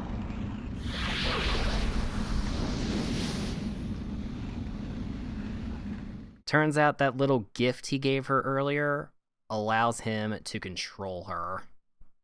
This one still lives, hybrid. Cast him into the pit. Which just shows how little you know her. Jen? What are you doing? Out of the way. Jen, look at me. What have you done to her? The gift I bestowed binds her to me. She no longer knows you. No! The king will hear of this, and he'll hear of your scheming, the way you tried to enlist us in some plot to overthrow him. The king? You fool! I am the king. I am Iblis. Yep. This guy was King Iblis the whole time, and with Jen now under his possession, he makes her kick Scree down a well. No! Looks like Jen and Scree are being separated again by the world's main antagonist. Seems to be a theme in the Chaos-aligned worlds. Volca is probably the most puzzle-heavy world in the game. To be honest with you, I was almost getting Zelda dungeon vibes out of this place. We mainly just need to light lamps, place a lamp on this pressure pad to open up a secret door above these walls here, and eventually we find our way into this room that requires us to scale the walls to get over to this statue with lava flowing out of it, so we can shut it off to have access to the door below. There's a really incredible sense of verticality in these sections. Once Scree makes it out of there, he runs into Malakel, the queen of the realm, and Iblis's wife. She kinda bad though. Also, why the hell were her and Iblis asleep in their chairs? That's twice now that a Djinn has been woken up while sitting in a chair. Scree tries to convince Queen Malakel that he's an envoy of Abaddon like he tried to do with Iblis, but Malakel sees right through him, making Scree confess why he's actually in Volca. With the shitstorm that's happening back in the Nexus before we got here, it's only a matter of time before all of the demon worlds, even reality itself, begins to collapse in on itself. For years I warned Iblis that Abaddon could not be trusted. But he has always been blinded by the Dark One's gift of immortality, and a pledge of influence beyond this realm. Oh, okay, so Iblis is Abaddon's tier 3 sub. Got it. Ultimately, Scree convinces Queen Malakel to help him rescue Jen, and she gives Scree the essence of the Djinn to give to Jen. Oh, try saying that 10 times fast. Now with no brain control powers or yellow die number 5. Now, rescue your hybrid from Iblis's power and return to me. With her, we will stand a chance. If you fail, then we may as well all join the ancient kings and the legendary corpse of Abdizur in the labyrinth beneath Volca. Abdizur's corpse, eh? Scree is able to make it back to where Jen was last seen with Iblis, and she's still very much being controlled by him. Let me help you, please. You don't really want to hurt me. You would help a lot more if you stay still. Jen, you're making a mistake. Damn, if Jen was able to close doors with just a wave of her hands, I might not have needed to sit through her long-winded door-opening animations this whole game. Scree's left with no choice but to beat some sense into Jen. Right, young lady. You leave me no option.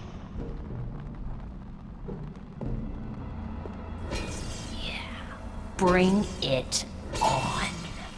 You know, I hear the swords in her hands, but I don't see them. I wonder if this is another glitch. Oh, apparently it is. Huh. I actually didn't know this until now, but apparently Scree can actually get hurt if somebody hits him. Or at least he makes the sounds of him getting hurt. Oh! Luckily, there's a statue in here with weapons that we can possess. Scree would have been screwed without that. With the statue's nasty-looking sword, we're able to put Jen down pretty quickly. And while she's down, Scree gives her the new and improved Jinn essence. Jen regains her senses, one of them, luckily, being her sense of humor. Scree, I am so sorry. It's in the past now, Jen. No, really, Scree, your size is simply... it's not an issue for me. See, fellas, if a hot chick tells you there's nothing wrong with it, you should listen to her. Especially if she's a hot goth chick. You'd better shift into the Jinn aspect to check Malakel's essence is pure. Well, let's see. Hey, what the hell? Why can't she transform this quickly during gameplay? The transformation in the freaking demo was quicker than in the final product, as I pointed out, like, an hour ago. Jesus Christ.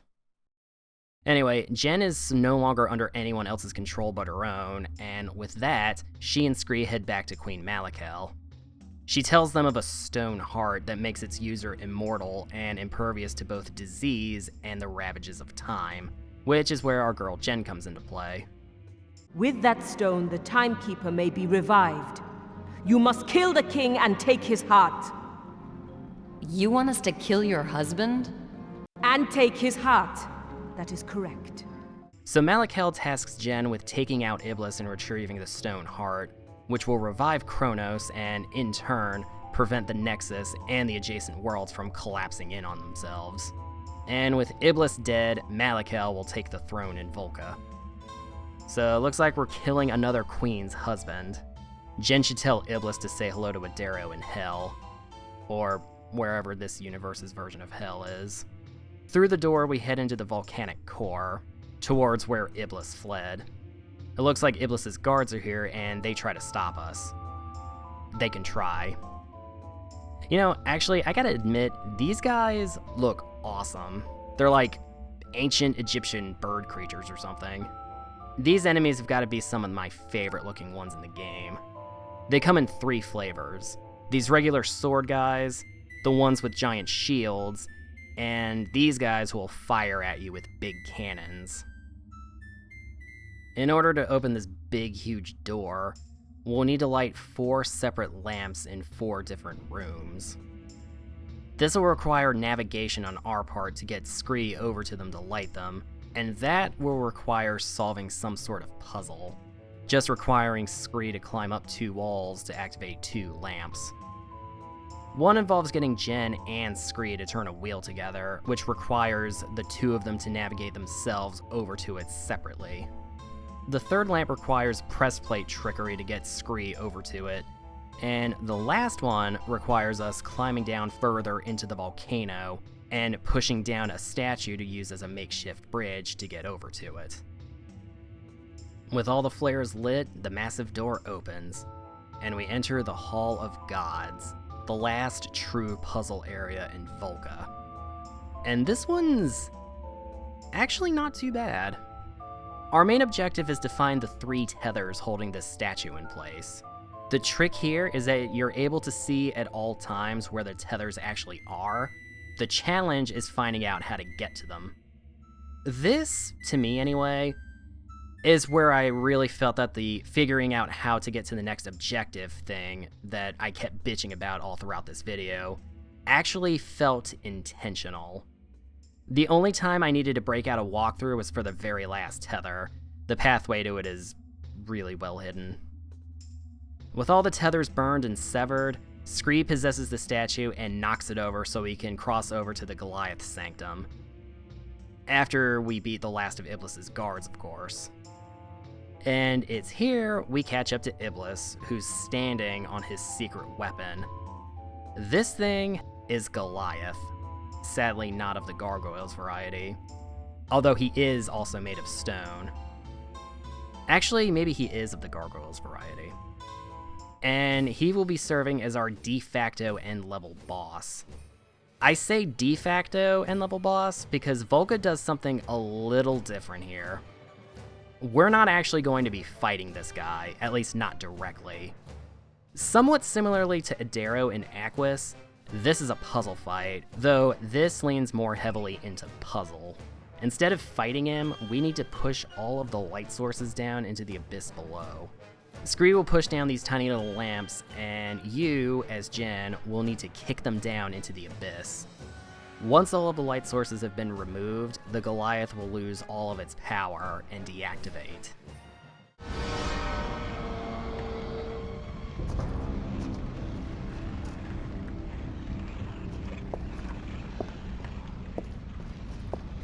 Not much of a grip you got there, friend. I think you're about to fall. Pull me out of here. Please. My head says no. My heart says no too. Before she lets him fall, Jen takes the heart from Iblis. Malika, my queen, are you going to allow this pair of treacherous outsiders to murder your husband? Yes. Okay, wait up a moment. I'm not under anyone's spell anymore. Why does he have to take this tumble at all? I mean, we got what we need. Can't we just take the heart and race straight back to Cronus? Such compassion is rare indeed here in Volca. And you know, it is quite contagious. But not that contagious. Malakal then convinces Jen to give her the heart, and then this happens. Well, don't drop it like you dropped your husband, huh? Jeez, will you get Madam Butterfingers here? Wow, good thing those pieces didn't go over the edge there, otherwise they really would have been screwed. An immortal queen in Volca at last. With this heart, I shall keep the most treacherous djinn in some sort of order. Arella would appreciate that. So it looks like Malakal wants to turn Volca over to the side of order. I knew I liked her. Luckily for us, we only needed a piece of the stone heart to restore the Nexus. And on our way out, Scree decides there's something he needs to do before they leave. Okay, so this cutscene right here sorta kinda bleeds right into the endgame stuff, so one more time, I'm gonna go ahead and give a spoiler warning because we're coming up fast on the end of the game. So go ahead and skip ahead to this time right here if you don't want to be spoiled on the ending of this 20-something-year-old video game. Okay? We good? Alright, let's get into it. On their way out of Volca, they notice a rift gate that looks a little too far for them to jump down to. I mean, it doesn't look too far down that Scree couldn't just drop the rope and Jen can just climb down it, but whatever. Scree starts behaving weirdly and decides to climb up the wall in a hurry. Scree! I must, Jen. This may be the last you see of me. Scree, if it's that dangerous, don't go! What are you doing? Scree! Scree! Scree! Well, here goes. Guess who needs bailing out again? Oh my god, Scree! Oh hell, did Scree just die? What did you have to smile about, you great lunk? I won't leave you lopsided, Rocky boy. I know. You'd hate me wasting time blubbering here. We're on a mission, right? Goodbye, Scree. I suppose he meant a great deal to you. Oh, and now Jen's got company. So now you want to kill me too, huh? Well, that's just fine, Spiky, 'cause I'm ready to... That's no way to greet an old friend. One minute you're crying like a baby because you think I've had a fall. Next... Scree! So, yeah, this is Scree. Or rather, General Abdazor. This is what he actually looks like. He's got his original body back. Well, welcome back, General. Won't lie though, I will miss his gargoyle look. We head back to the Nexus and back over to Kronos. but it looks like someone's here to greet us. Some welcoming committee. Guess the mayor was busy. This is it, Jen. Now, stand completely still until I step forward, and then you must run. Get to Kronos and push in that heart. Run, and don't look back. The running I can do, the standing still, isn't quite so easy. For me, it's the opposite, Jen. Abdazur tries to distract Belazor while Jen makes a run for Kronos to insert the heart into him, but Abaddon appears to taunt Jen some more. You think you can hide a broken heart? That's when Lewis comes up behind her and snatches the heart out of her hand. It looks like Lewis got some upgrades since the last time we saw him, including his own ability to transform.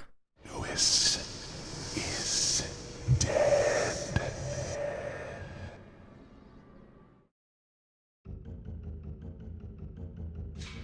And here we go, the game's final boss fights begin here. It's Jen against a brainwashed Lewis, and it looks like he's got his own transformation that looks like a cross between the Farai and the Jinn forms. Being the final boss of the game, Lewis is actually pretty tough. His attacks hit pretty hard. Those extra life crystal things I've been grabbing, I actually end up burning through all 3 of the ones I had found up to this point. I didn't really have a set strategy here. I kinda just try to brute force my way through it like I did with every other fight in this game. Doing enough damage to him will cause you to teleport to another arena. This time, making Jen transform into her Undyne form. Doing enough damage to Lewis will cause him to teleport, and he'll fire something at you, which causes quite a bit of damage. It's dark down here, so I never see any of these blasts coming. And thank God I still had some of those extra life crystal things, because if I'd have lost all of my health here in this arena, that more than likely would have been an instant game over. Luckily, the game allows you to save right before this fight, so you wouldn't have to go too far, but still. I mean, look at this. Look at this. How was I supposed to see that? And look how much damage it did. This is the only time that I feel that this final boss gets cheap.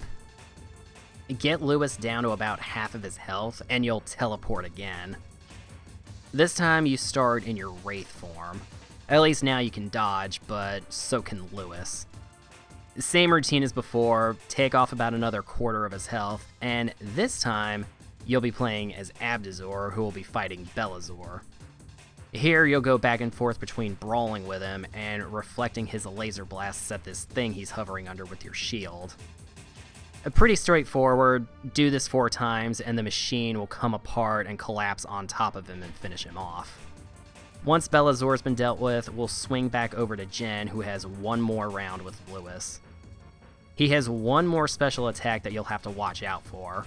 When these rings of fire appear on the ground, get out of the way, and just keep wailing on him until he runs out of HP. And that's it. Lewis has been defeated. And it looks like Abaddon's influence on him has left because he starts to come back to his senses. But sadly, it doesn't last long, as Lewis seemingly dies shortly after being saved. But Jen doesn't have long to mourn. She's got to place the heart back into Kronos to revive him. No longer in the mood for Abaddon's taunting, she charges past him and places the heart within Kronos. By sticking it into his ribcage. Okay. With Kronos resurrected, balance in the Nexus is immediately restored. Jen has successfully stopped all of reality from dissolving, but with Lewis gone, it's a bittersweet victory. Wait, is he blinking? I know that's just another visual glitch, but damn if it doesn't look like he's blinking. There's just a chance. Nobody knows where the Well of Nexus leads, not even Kronos. Oh yes, the Well of Nexus. The thing we've known about this entire time. No, I didn't forget to bring this up. The game just never mentions this until now.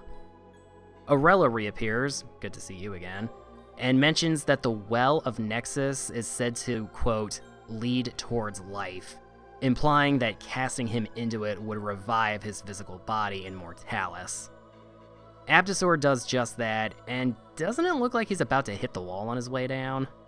With Abaddon being out of the picture for the time being, balance in the Nexus should be easier to maintain, especially with General Abdizor fully restored. We don't get a long time to celebrate this though, as Jen is immediately sent back to Mortalis, leaving her Vambrace behind. We get a post-credit scene of Jen rocking a sweet Nexus shirt in the hospital with a still comatose Lewis, implying that there's a chance he could wake up someday.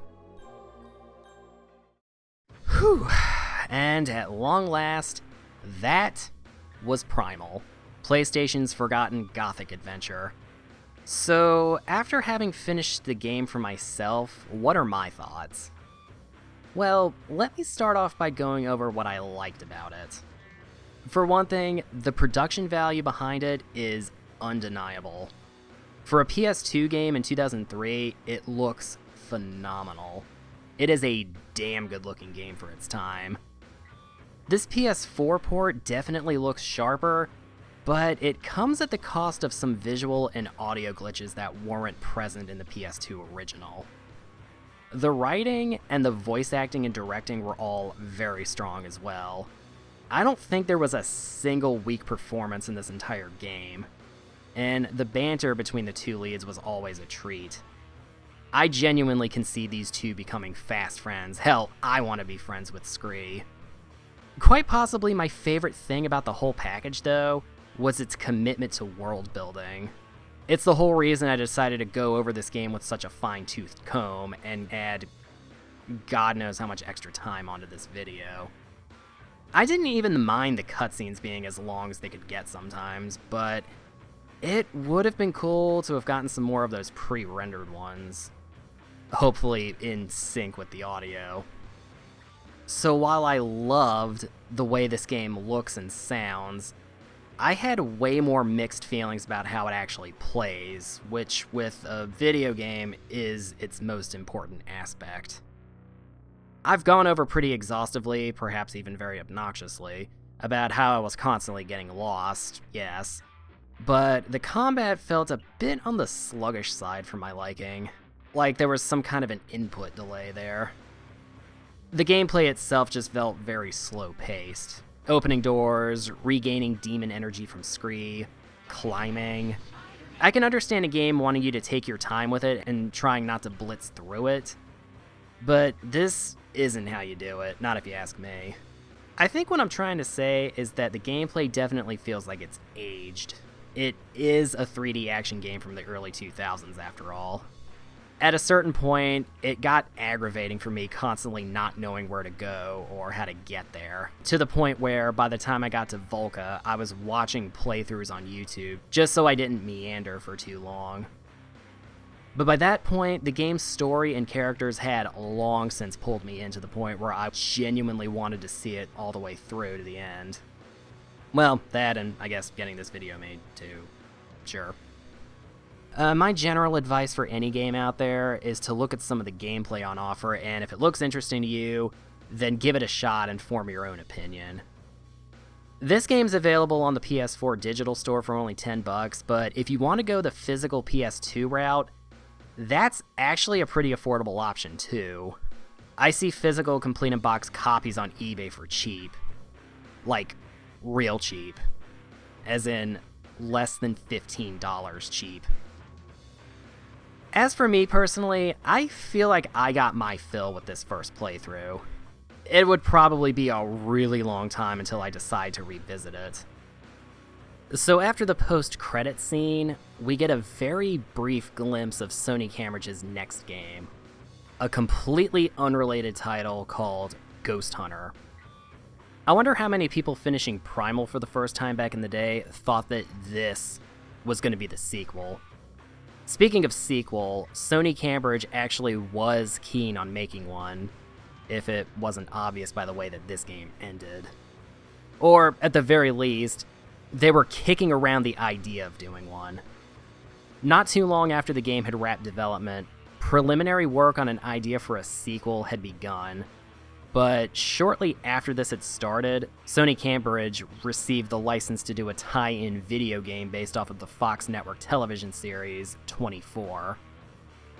As a result, all work on this theoretical Primal 2 was scrapped. We did get some really neat-looking concept art, though. When Primal was re-released as a PS2 classic for the PS3 back in 2012, the creative director wrote about some of the ideas that they had in mind for this lost sequel in the official PlayStation blog. It looks like he and the lead artist both had different ideas for a potential sequel. One would have starred Lewis as the protagonist, fighting his way through Oblivion's version of Hell in an attempt to get back to Mortalis, and one idea following a returning Jen battling demons that would have invaded Mortalis. Both of these sound like pretty cool ideas for a sequel, but sadly, it was never meant to be. On a much sadder note, after being restructured as a sister studio to Guerrilla Games by Sony in 2010, the newly renamed Guerrilla Cambridge would be closed by Sony in 2013, leaving the PSVR game Riggs Mechanized Combat League as their final product before their closure. Oh, and apparently this whole time I've been calling them Sony Cambridge. Yeah, so Primal was apparently the last game that they made before Sony Computer Entertainment Europe got renamed to Sony Cambridge. Oops. Primal itself just sort of flew under the radar for most people. I don't think it did particularly well in sales, as evidenced by the fact that Sony never greenlit a sequel. And even today, Sony appears to have mostly forgotten about it. I mean, sure, it was re-released on both PS3 and PS4, but it never did quite make the same splash as some of Sony's other franchises. Jen and Scree never did join the house of often referenced characters like Kratos, Nathan Drake, and Ratchet & Clank. Even Astro Bot, the game that references everything PlayStation, never referenced them. And that game references damn near everything. Freaking Siren and the Order 1886 got referenced in that game, but no such love for Primal. And that's a damn shame. Even if the game may not have held up super well, those characters are worth being remembered, in my opinion. This next part's just going to be me being self-indulgent for a few minutes, but you want to know what I think would be cool? I think it'd be cool if this game got the remake treatment, much like Cambridge Studios' more recognizable game, MediEvil.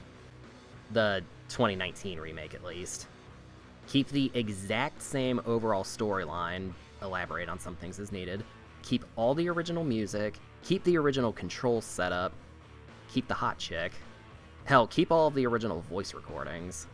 Just make the worlds easier to navigate, the combat more fluid and refined, get rid of all the unnecessary locked doors, and tie it all together with a super detailed PS5 coat of paint and have it all run at a consistent 60 frames per second. You can have this remake be as faithful as the 2019 MediEvil remake, or have it be more along the lines of the recent Silent Hill 2 remake, with new actors, a largely redesigned game world, and a new script, but mostly the same story. They would definitely have to get new lead actors, since Jen's actor appears to have retired from acting in 2018, and Scree's actor sadly passed away in 2006 at the age of 59. So if a remake ever did happen, definitely dedicate it to Andreas Katsoulis. However a developer wants to tackle a hypothetical remake, all it really needs is to be Primal, but with refined gameplay and the expected quality of life improvements one would expect from a remake. That's really it. Alright, so I think that's everything I have to say about Primal. Making this long of a video on it was certainly a task.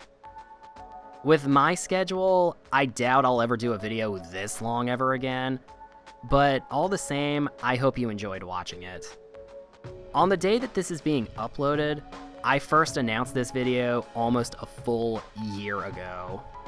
May God have mercy on my soul if I ever decide to cover JRPGs on this channel at such length. I had to take breaks and make smaller videos to keep myself from getting burned out. but I hope the final product was worth the wait and you enjoyed watching it. It would mean a lot to me if you tell me what you thought about this game in the comments section, and maybe share this video around with people you think would enjoy it. But what about you? Have you ever had a chance to check out Primal for yourself? What did you like about it? What were the things that you think it could have done differently? Or were you unable to get into it for some reason? Let me know in the comments. And until the next video, whenever that may be, I think I'm gonna go and take a long, long nap.